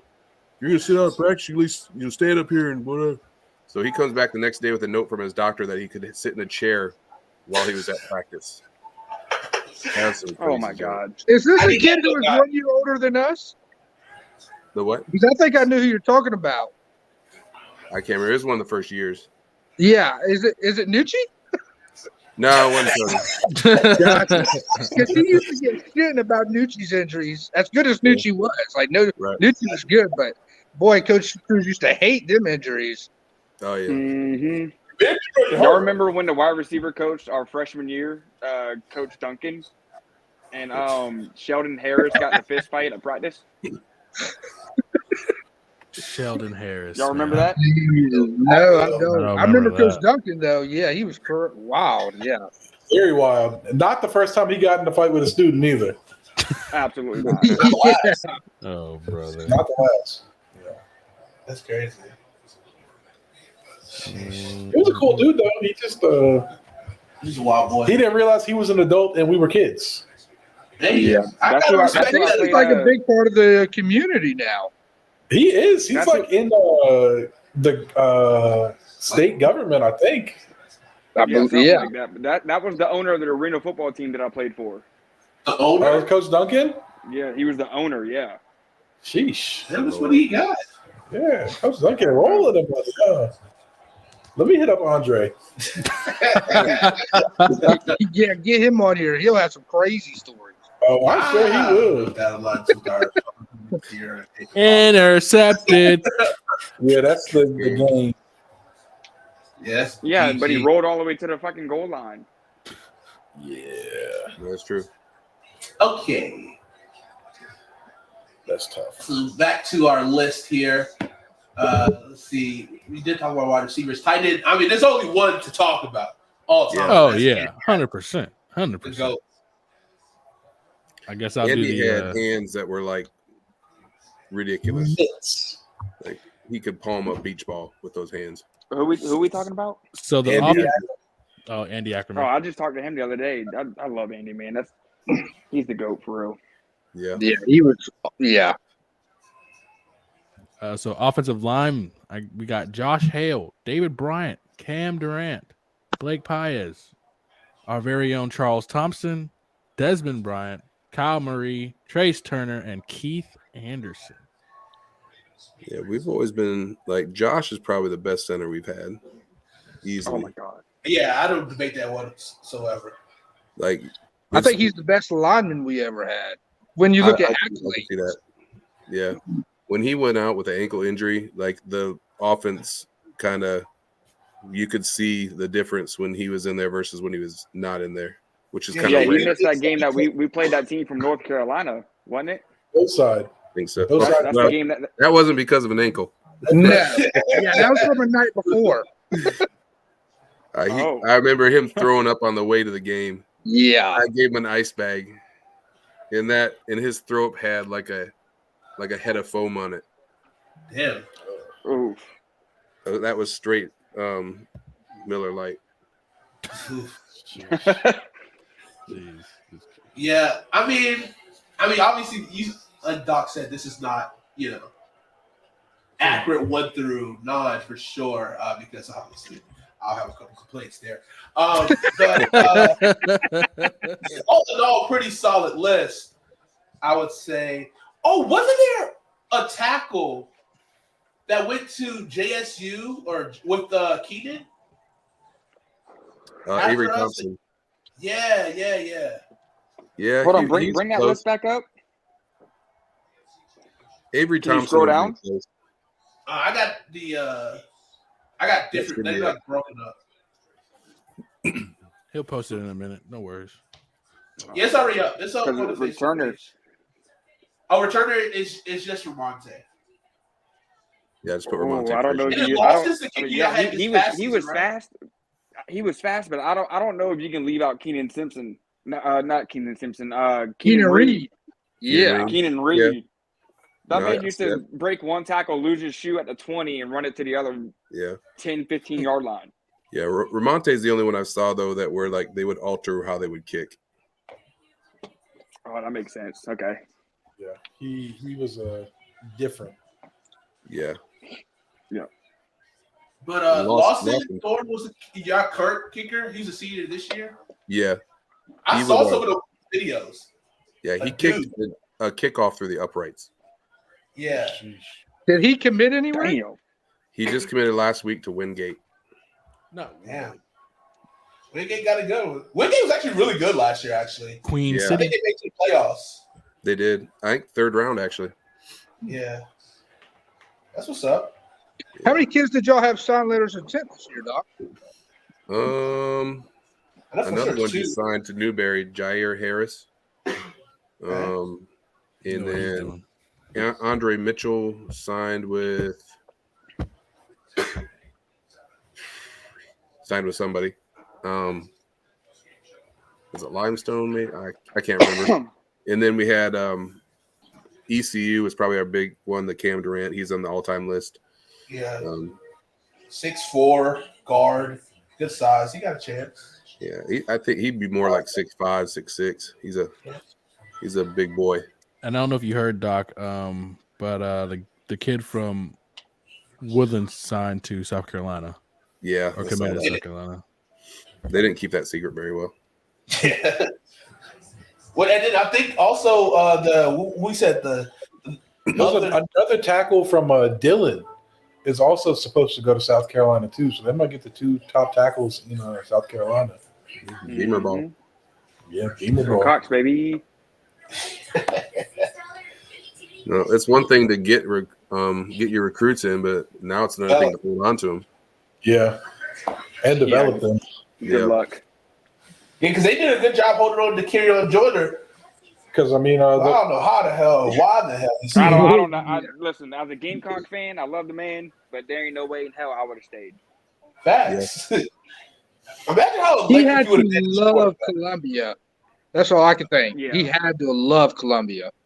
Yeah, that don't make no sense. Like, he's a hell of an athlete. I would have left. Yeah, I was kind of surprised with RJ going to Liberty. That's where he transferred? Yeah. Oh, I didn't know that. Old coach Jamie Chadwell. That's true. So I mean, because like Jamie was in South Carolina. He was in South Carolina Coastal. He could have tried to recruit him Coastal. Yeah. So, but I wish he probably should have just declared early the year before. Yeah. Because he sat out with J.C. Horn. J.C. Horn and McQuamu. Yeah. They all sat out early, and McQuamu and J.C. declared for the draft. But that's what happens. Yeah, they sat out half the year, and then RJ came back. That didn't make any sense. Yeah, no, it didn't make any sense to me either. I thought he was transferring then, but he came back and did 2 more years and then transferred. Well, see, that's the thing. A lot of people bought into Beamer, which I thought that was interesting. That's what kind of bought into a lot of the hype for USC this year, because a lot of guys few guys who had the opportunity to go to the league last year, they wanted to stay for 1 more year. I thought, okay, like people are buying into what he's selling, so I was like, okay, that could be exciting for USC, and so like for RJ, it didn't really necessarily work out, but I mean, he still has the opportunity to prove himself at Liberty to be the second guy into the NFL for K-Man. I think he just saw an opportunity to make sure that he was going to get on the field, and it was kind of an opportunity that was hard to pass up. When he got hurt early on, they brought that young kid in, and he did well, and then he's they can either roll with the young kid and develop him or use RJ. I think RJ kind of saw where their intentions were, and it was time to pull out. Oh, for sure. I get that. Makes a lot. Okay, moving on to the starting lineup here for offense. And I can read this out loud. Quarterback, we have R.J. Roderick.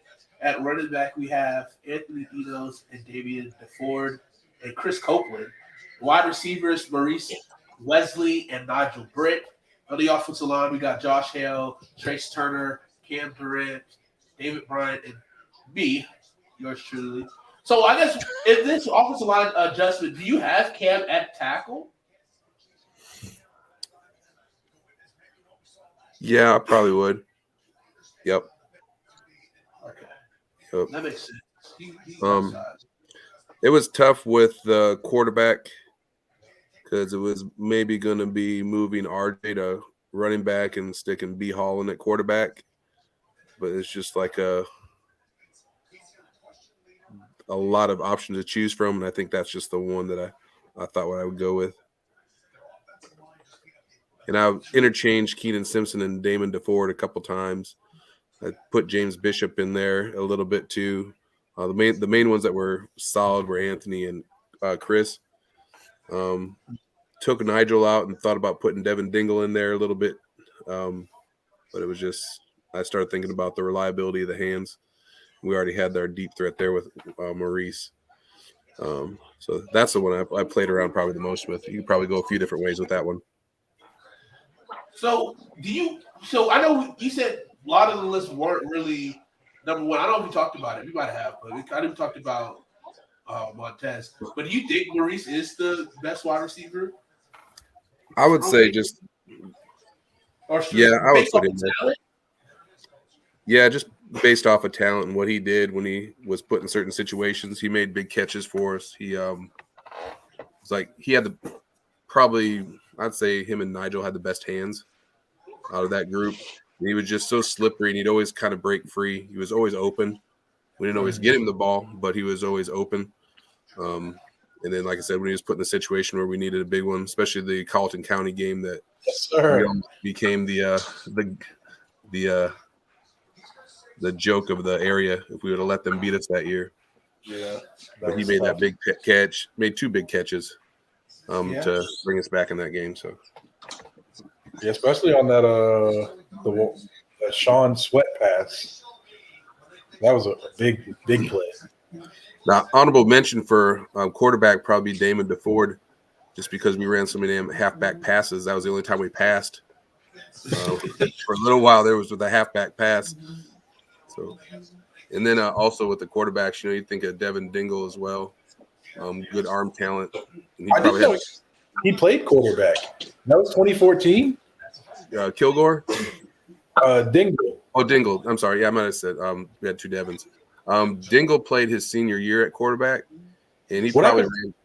What happened to Kilgore? Did he quit? No. Unfortunately, he was part of that Ophir season, I think, his senior year. I think they both were. Weren't they the same year? Dingle was a year after that, or a year or two after that. He was with the Gilliards and that crew. I thought that was all the same year in my head. I thought that was the 0-11 year. Devin Kilgore? No, it was after Kilgore. I thought because Kilgore took after Brandon.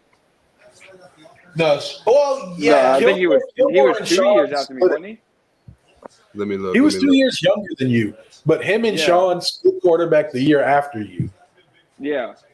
And then we graduated that year. I guess because our last season was 2012, the year of 2012. The 2012 season. Yes, the 2012, 2013. And then the 2013 season was the O for year. Yeah.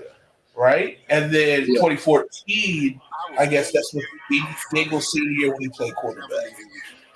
I'm a New York hotel. I think that's what got us confused. I think that's what's got us confused. 2 inches. I don't know. I thought both Devins were the same year because it was the same year as Keith. I thought Tracy. Devin was the That's what I quarterback thought when we lost at North Augusta in the Kilgore playoffs. and Keith were like best friends, and they graduated at the same time. They did graduate, but I also thought Dingle and Tracy were the same year. Yeah. Yep. So I remember Dingle was the quarterback when we lost at North Augusta in the playoffs that year. So he was a year. Yeah, so he was 2 years younger. Because Tracy was a year younger than Keith and Kilgore then? Yeah. Okay. Yeah. Okay. But he ran the option probably as good as anybody ever did that year at his senior year. And we should have won in North Augusta. We just kind of got to the end of the game, and we weren't really a score quickly type of team, and it didn't work out. Like that was the year we also lost to Fort Dorchester, where we had 2 opportunities to kick a field goal to win and didn't convert them. So that kind of sucked. Yeah, that's tough. Needed Lawson Thorne, huh? We did. He had a game winner this year against James Island. That's dope. Clutch. I don't know. Anytime I hear the words opportunity to win at Fort Dorchester, I go back to 2012. Sorry. The overtime? Yeah, the double overtime, I think. Yeah. That was probably Kilgore's coming out party and probably one of the better performances by a quarterback when he came in there and brought us back. Yeah, that was just a tough game, though. Yeah. We ran the same play 4 times. To the wrong running back. To the wrong running back, wrong side. Stuffed off 4 times. We always played Fort Dorchester well for as good as Fort Dorchester was. Yeah, we did. Because they had some D1 talent on their team. Yeah, always have. That's like traditionally, like that's a team people. Well, see, now I'm interested to see like what changes at Fort Dorchester. Obviously, with a change in like this, like court, like I don't know if it's an in-house hire or whatever, but I am curious about that because that's always could be a fumble whether or not the team is good or like just the leadership might be a little off. There'll probably be always talent at Fort Dorchester. Yeah. It's just I don't know if they'll bring somebody in that's able to put the pieces in place that they might be missing. For sure. What about at Berkeley? You think they're going to get between Berkeley and Fort Dorchester? You think they're both going to get pretty good candidates? Yeah, I think it'll be somebody from out of area. Well, technically, Jeff Cruz is out of area now, so he is. He's up here in Charlotte like they did Jerry Brown. He's up here in Charlotte at Providence Day School. Yeah, coaching up Ike Ekwonu. Yeah, Providence Day is they have like a bunch of kids who go like 4 stars. They got a I think I said this last time, but like Kirby Smart just flew a helicopter onto the softball field like this past week to recruit their quarterback. He's like a 5-star and plays baseball. and so Of course Kirby did that. Of course he did. Of course. yeah, he got to be in multiple places because when you're back-to-back national champion, obligations everybody wants. And also, that I think it was the Florida quarterback who was he never went to Florida, but he committed to Florida or signed. He signed to Florida. Had to he's out of there now. And now he's looking to go somewhere else. Jordan, they wouldn't give him his $13 million. Yep. That $13 million was a false report. That was never $13 million. Give me my 13 mil or I'm out of here. They said, "Oh, you can't leave. I ain't gotta play. I ain't gotta stay here." Do not. But just know, Kyle, if you don't play, are you planning on playing in the flag football game? It's probably not on that one. I'll definitely attend. Let me know on that, so that way I can. You saw Doc's face. This is your time to come back, bro. This is your highlight tape. This is your highlight tape, though, bro. This is your highlight. Last time I played, I had a brace, and I don't even think I own a brace anymore. We're trying to make you a household name in every household, okay? Think about it. Kyle Murray graduates in 2012. When I was 18, that's how I wanted to do it. I don't want my name to be a household name like that anymore.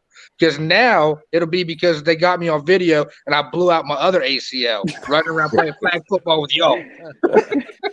Well, I was gonna say the documentary now, Marie, the tale of the goat. 30 for 30. 30 for 30. Well, yeah. Just know, Kyle, during this game, me, you, and Doc, if Doc wants to do it as well, we're going to be commentating on the game. And we might have a good time doing that and see who does blow out a knee and see who's going to be calling out of work. We're not going to wish for injuries. We're not going to wish for it, but come on. Someone's not going to stretch. Let's be honest here. Someone's going to walk on that field and think that it's not okay to stretch. And then their families are going to see them pull a hammy or whatever it may be. Yo, what we need to do is figure out, Doc, what are your plans next year? Because with all the Berkeley County School District stuff going on, I had seen on Facebook where you had made like a little underhanded comment that there's a chance you might not teach anymore. So what's the deal going on in Berkeley County and for you? Don't. You better not. I'll definitely be back as the athletic trainer. Well, I know that, yeah. But maybe not teaching? We'll see. We'll see. There's still a lot of time. Doc said, "Pay me my money." I know better than that. We shot him to a void with this. Yeah, you guys got anything else before we wrap this up? Be on the lookout. I will be creating a Google form to gauge interest. So when I post that on the Hate to Follow on Facebook, Twitter, whatever like that, make sure you guys share it so we can get as much exposure, much eyes about it, talk about it, let people know. And I'm gonna try to pin it. I know you can pin it on Facebook, but I'm gonna try to keep reposting it so we can get numbers and just start really seeing a realistic number of how many people will be interested in doing this event. So be on the lookout for that too. Probably tonight. I could probably make it tonight tomorrow. So, but yeah. Anyway, anything else you got, guys? Christian. I appreciate you, Kyle and B Hall and Doc for joining us again. Or I guess Kyle, your first time joining us, and B Hall and Doc for joining us again. It's a pleasure having you guys, and hopefully you guys can be on a lot more. We definitely enjoy it. It's always a good time. And Kyle, I hope you pay Doc his $100 if y'all lose tonight. I hope you pay him. And no, Doc, you won't be taxed on this money either. So, it's going to be straight to you. No one else knows but us. It's charged to your farm. What you sell on that farm, by the way? What's that? What you sell on your farm, by the way? No, we just board horses. Oh, okay. That's cool. Don't know what that means, but all right. Just people pay us to take care of their horses. That's all. So you say you breed thoroughbreds. Sounded like what you do at Cane Bay. Come on. Nope, none of that. None of that. That's I wish. He'd be looking like Jimmy if he did that. If y'all What don't do you watch. mean, Doc? You do. Your daughter was athlete of the year for the school. Yeah, that's true. Oh, welcome to the club. Welcome to the club. I see a couple Welcome to the athletes in here. club. Welcome to the club. Oh, I Doc, see a let me ask couple you this of- question. Yep. Will there be a Cane Bay Hall of Fame? Is that a thing? Would that be a thing? Ooh. Could that be a thing? I think it has to be a thing.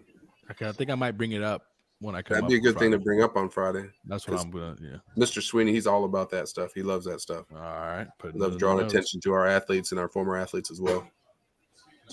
That's what's up. Heck yeah, that'd be dope. Can you imagine? Hey, I do real quick appreciate you guys having me on. It was a blast. You know what I'm saying? And no I hope worries. for y'all's continued success. Doc and Brandon, it was awesome to be guests on the same episode as y'all. Big time. So Heck I yeah, do man. appreciate it, fellas. No worries, man. On here. Yeah, No man. worries. The legend. For sure. But yeah, appreciate you guys coming on and letting us talk to you guys and talk ball. Brandon, I guess you're the last one. Congrats on the baby. Congrats on the new contract. on your new contract and business and stuff, man. Appreciate it, Hopefully it appreciate goes it. well, man. And who knows, maybe in the Thank you, future, thank you. man, we all can do something collectively and do a fundraiser or something for the Bay or whatnot, or just pitch in for a student or here to something. help everybody. For We sure, wanna make man. sure I'm everyone's definitely down for that. 100%, man. Well, that's all I had to say, CJ. All right, guys. Well, you know the deal. You know what I'm about to do. I'm about to plug. Jonathan, you got anything to say? I always come left. No, I think we've said everything. Here we have. One last thing to say is make sure you guys are following here at Hate to Follow on Facebook, YouTube, Twitch, Twitter, TikTok. Hate to Follow is the name. Make sure you tell your friends about it, share, comment, like, all that, and engage with the content. Also, if you maybe share your friends about our new podcast, What a Dud, about music, TV, life outside of sports. Go ahead and follow that on all podcast platforms at What a Dud. That is WHATTADUD on all podcast platforms. Also on our YouTube channel, you can watch the video version of that as well. New episode coming out this Tuesday. We're talking about the new show Last of Us, and it's a pretty funny episode. I think this next episode is actually probably the best episode we've done so far. Would you say, Christian? 100%. I think so. And don't forget, I think we dropped an episode with Doc as well this past week on the Hate to Pylon umbrella on YouTube and on our What a Dud on the podcast platforms. Check it out. We did our favorite top 5 sports movies. Check it out. Doc's on that too. So I know if y'all love Doc, y'all are definitely listening to that. So yeah. Yeah, that's all I gotta say. We appreciate you guys. We love you guys so much. Have a great rest of your night, and hey, let's kill it. Hey, let's go Cowboys. Let's Cowboys. Here we go. See you next. Appreciate all you guys.